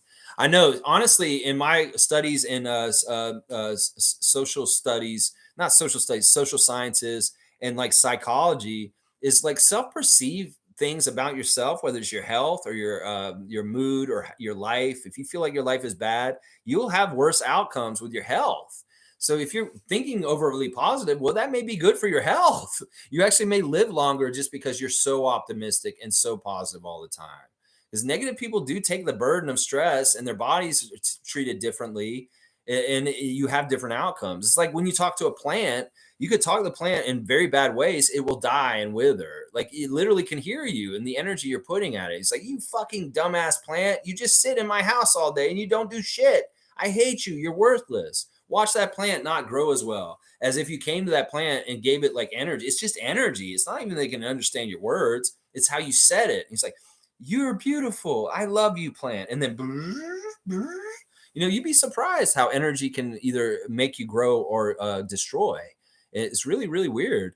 Nameless saying Poeltl is not a good fit in Toronto. I can't believe they said that. Oh my God, that is crazy. Like that should be like a non-stopper. Like right there, you hear this come out of somebody say, I cannot take this person's credibility in any kind of way. because this is so obviously not true. That how the fuck is Poeltl not a good fit in Toronto? Because he's going to stymie your boy from developing. That's been basically the whole argument the whole time. He's not going to let Scottie be the best he can be because he's here.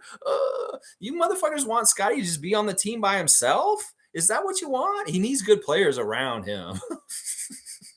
Paul B saying, I watched the Wizards broadcast after the game and they were glowing about the star potential in Scottie. They were scared also about Fred getting hot. Yeah, I love that. Paul B was reviewing the enemy and what they were saying. And yeah, Drew Gooden had a lot of good things to say about Scottie. I can't stand Drew, though. I can't listen to him for too long. But I did hear some of his remarks on the replay, like on the highlights. They had their comments during things. And I did hear him say some really nice things about Scottie. That's awesome, Paul. And I love that you do that sometimes, that you rewatch the game with the other announcers. Do that, man. And keep doing these reports if you do this often, because I love hearing what they're saying about us, too, on the other side. Shirkan Stan was the first one on Mike's stream. So much fun with the watch along, talking about jerseys and Raptors play schemes. Got like 10 people in there, I think. If he does it again, we'll most definitely be there. Awesome. Shirkan's giving a ringing endorsement to Mike's live stream during the game last night. Logical Raptors fanatic. Having fun, talking about his jerseys on the wall and just going through the game. You know, I've tried to do this myself at times, but I really take a distraction from the game and I don't pay as closely attention to it when I feel like I got to read comments and check in with you guys. I really have to be as focused, just all looking at the TV and watching the game. And I don't want to take away from me watching the game just to do a live stream. So that's why I do it this way. Is kind of like that. Nameless is saying everything the Raptors need to improve going forward is already here. By the way, anybody soul searching in their fandom, may I suggest 2.5 grams of mushrooms. Laugh out loud.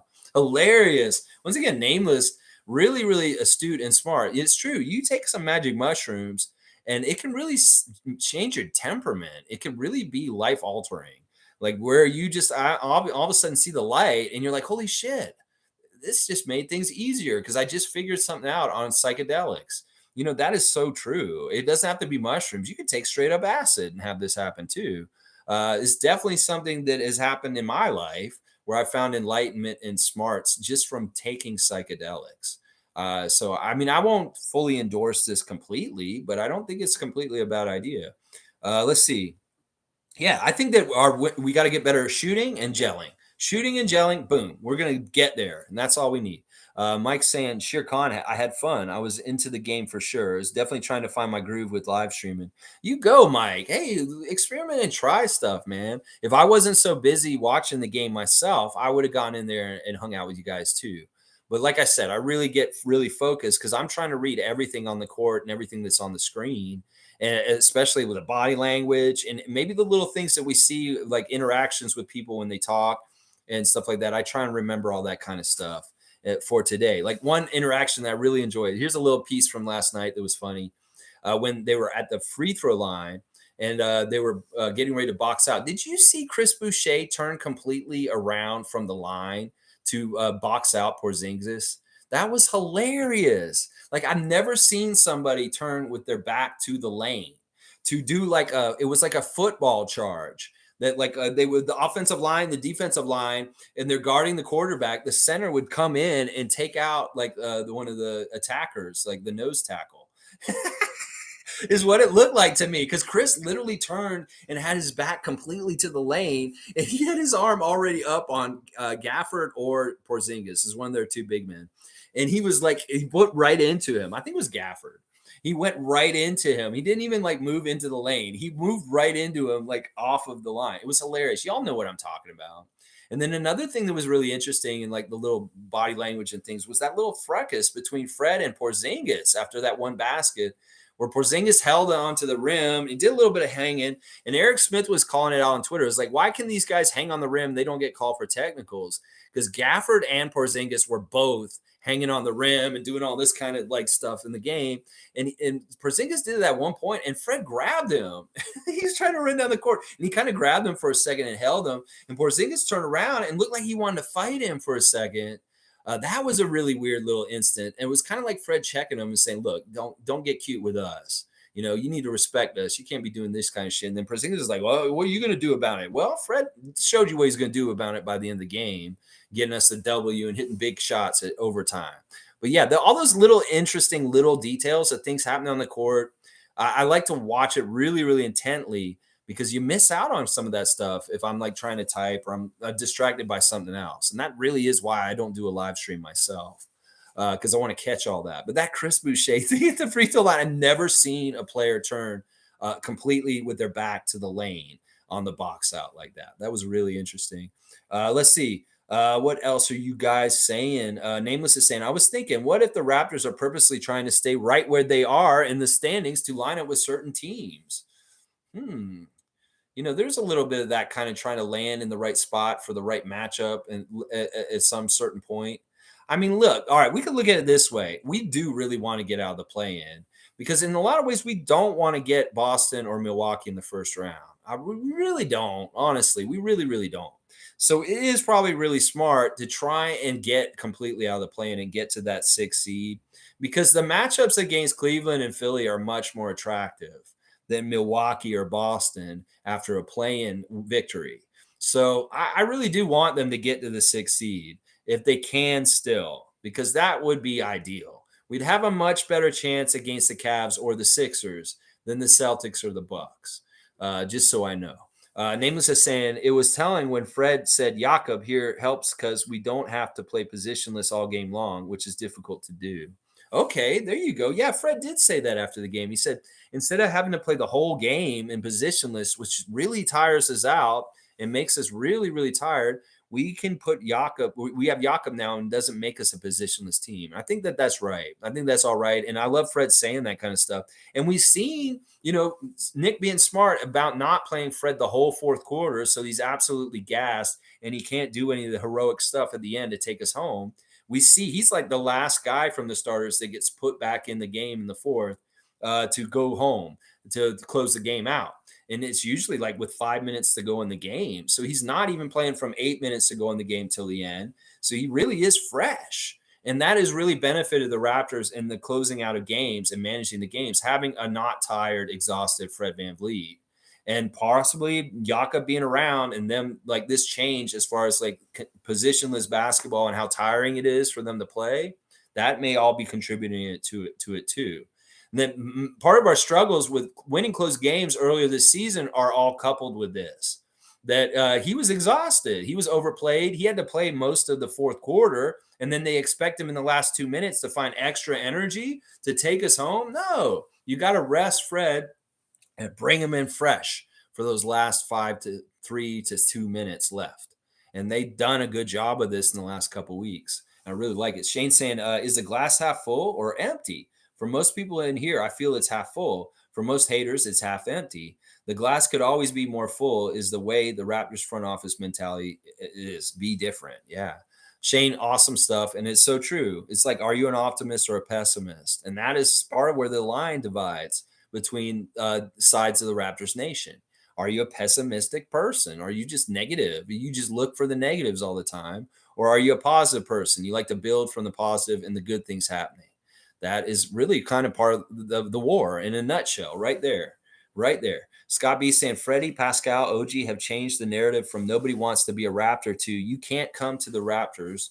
You got to love them for that by itself. You know, a lot of people love playing for the Raptors. I mean, Will Barton showed that like he's very enthusiastic and excited about being here. You know, Jakob had choices. He wants to be back here because he knew how good it is here.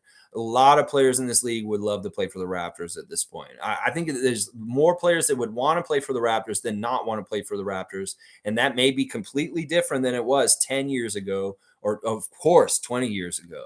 That definitely more, I would say if you polled all the NBA players in the league, I would bet you the percentage of them that would say they wouldn't mind playing for the Raptors or be excited to play for the Raptors would be about 60% at this point.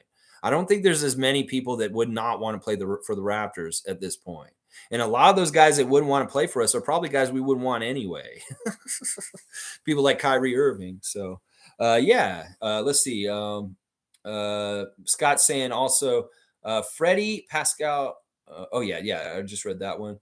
Logical saying it started behind closed doors with Lowry and DeRozan. The shift was in 2014-15 in the beginning of the season. DeMar and Kyle told the whole team, we have a chance to be special and don't fuck it up.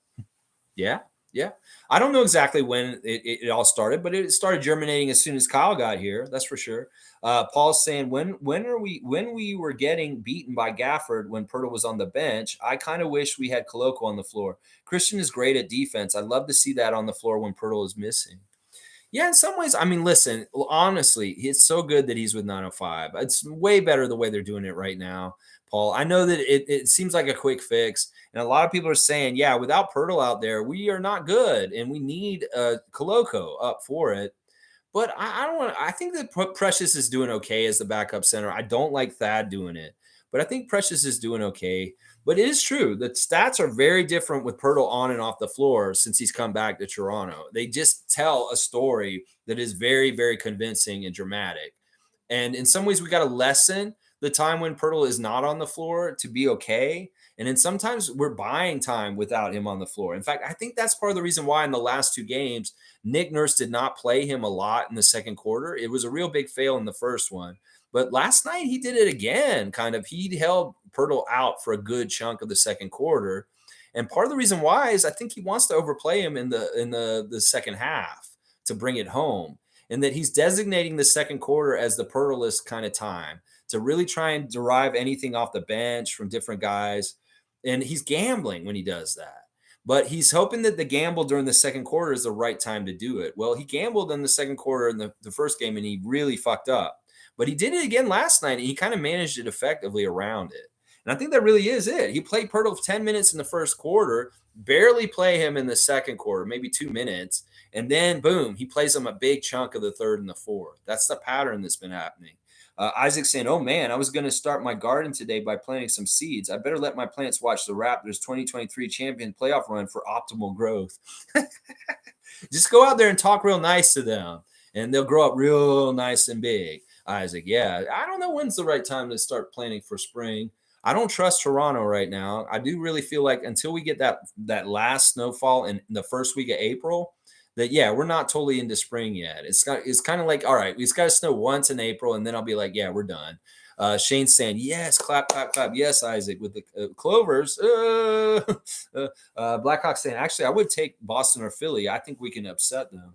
I think we could do all right with Philly, but I'm weary of taking Boston. Seriously. They have a lot of inertia built up with the season. The fan nation is really feeling like anything less than getting to the championship in the finals is a failure.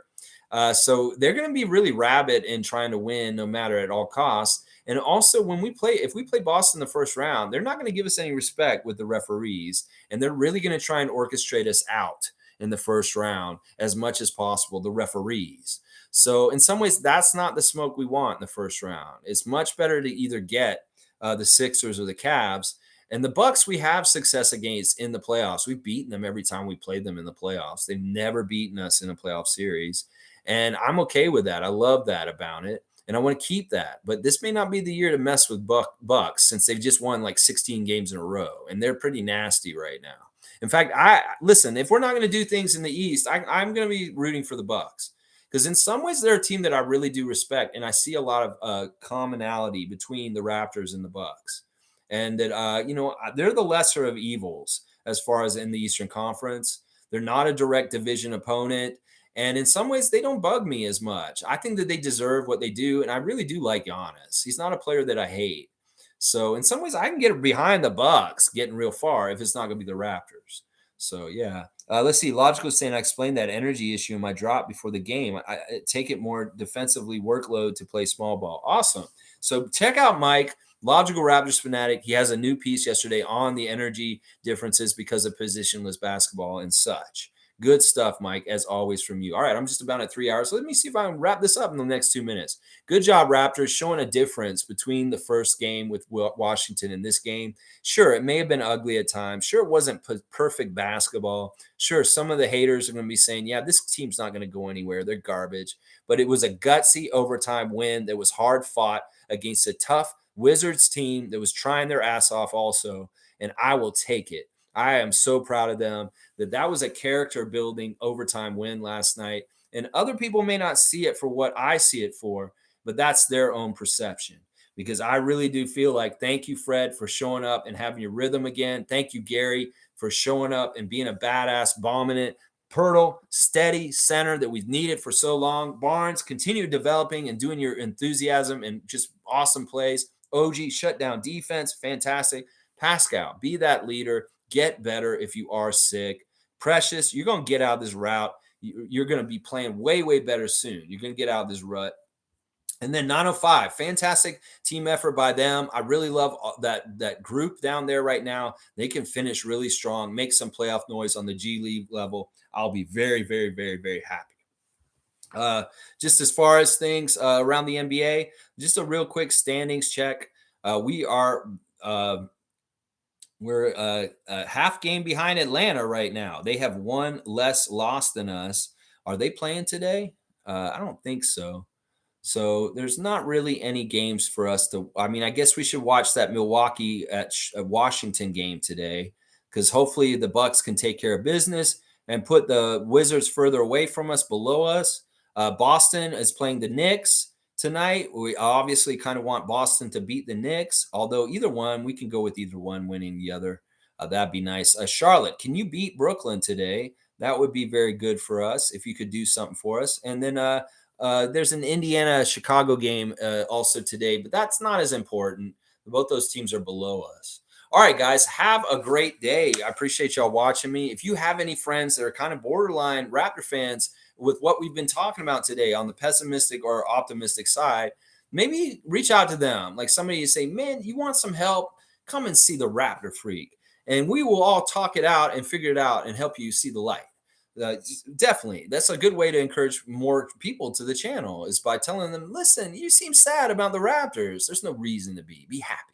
Good things are happening and we're heading towards good stuff. All right, y'all, thanks once again. Like, comment, subscribe, and share, and I'll be back tomorrow with the preview of the games tomorrow. G League Ignite versus the Raptors 905, and the Toronto Raptors are flying to the Mile High City to play the Denver Nuggets in their very, very unfair home advantage a mile high up in the air, where the air is thin and it's hard to breathe. Well, we kicked their ass on the second night of a back-to-back after playing the Phoenix Suns the night before last year. So why not do it even better this year with a center that can actually line up with Jokic named Poeltl. Y'all have a great day. Have a fantastic Sunday, and I'll see y'all tomorrow. Let's go Raptors. Keep your heads up and stay positive, Raptors Nation. Ain't no reason to be holding your head down. No, there ain't.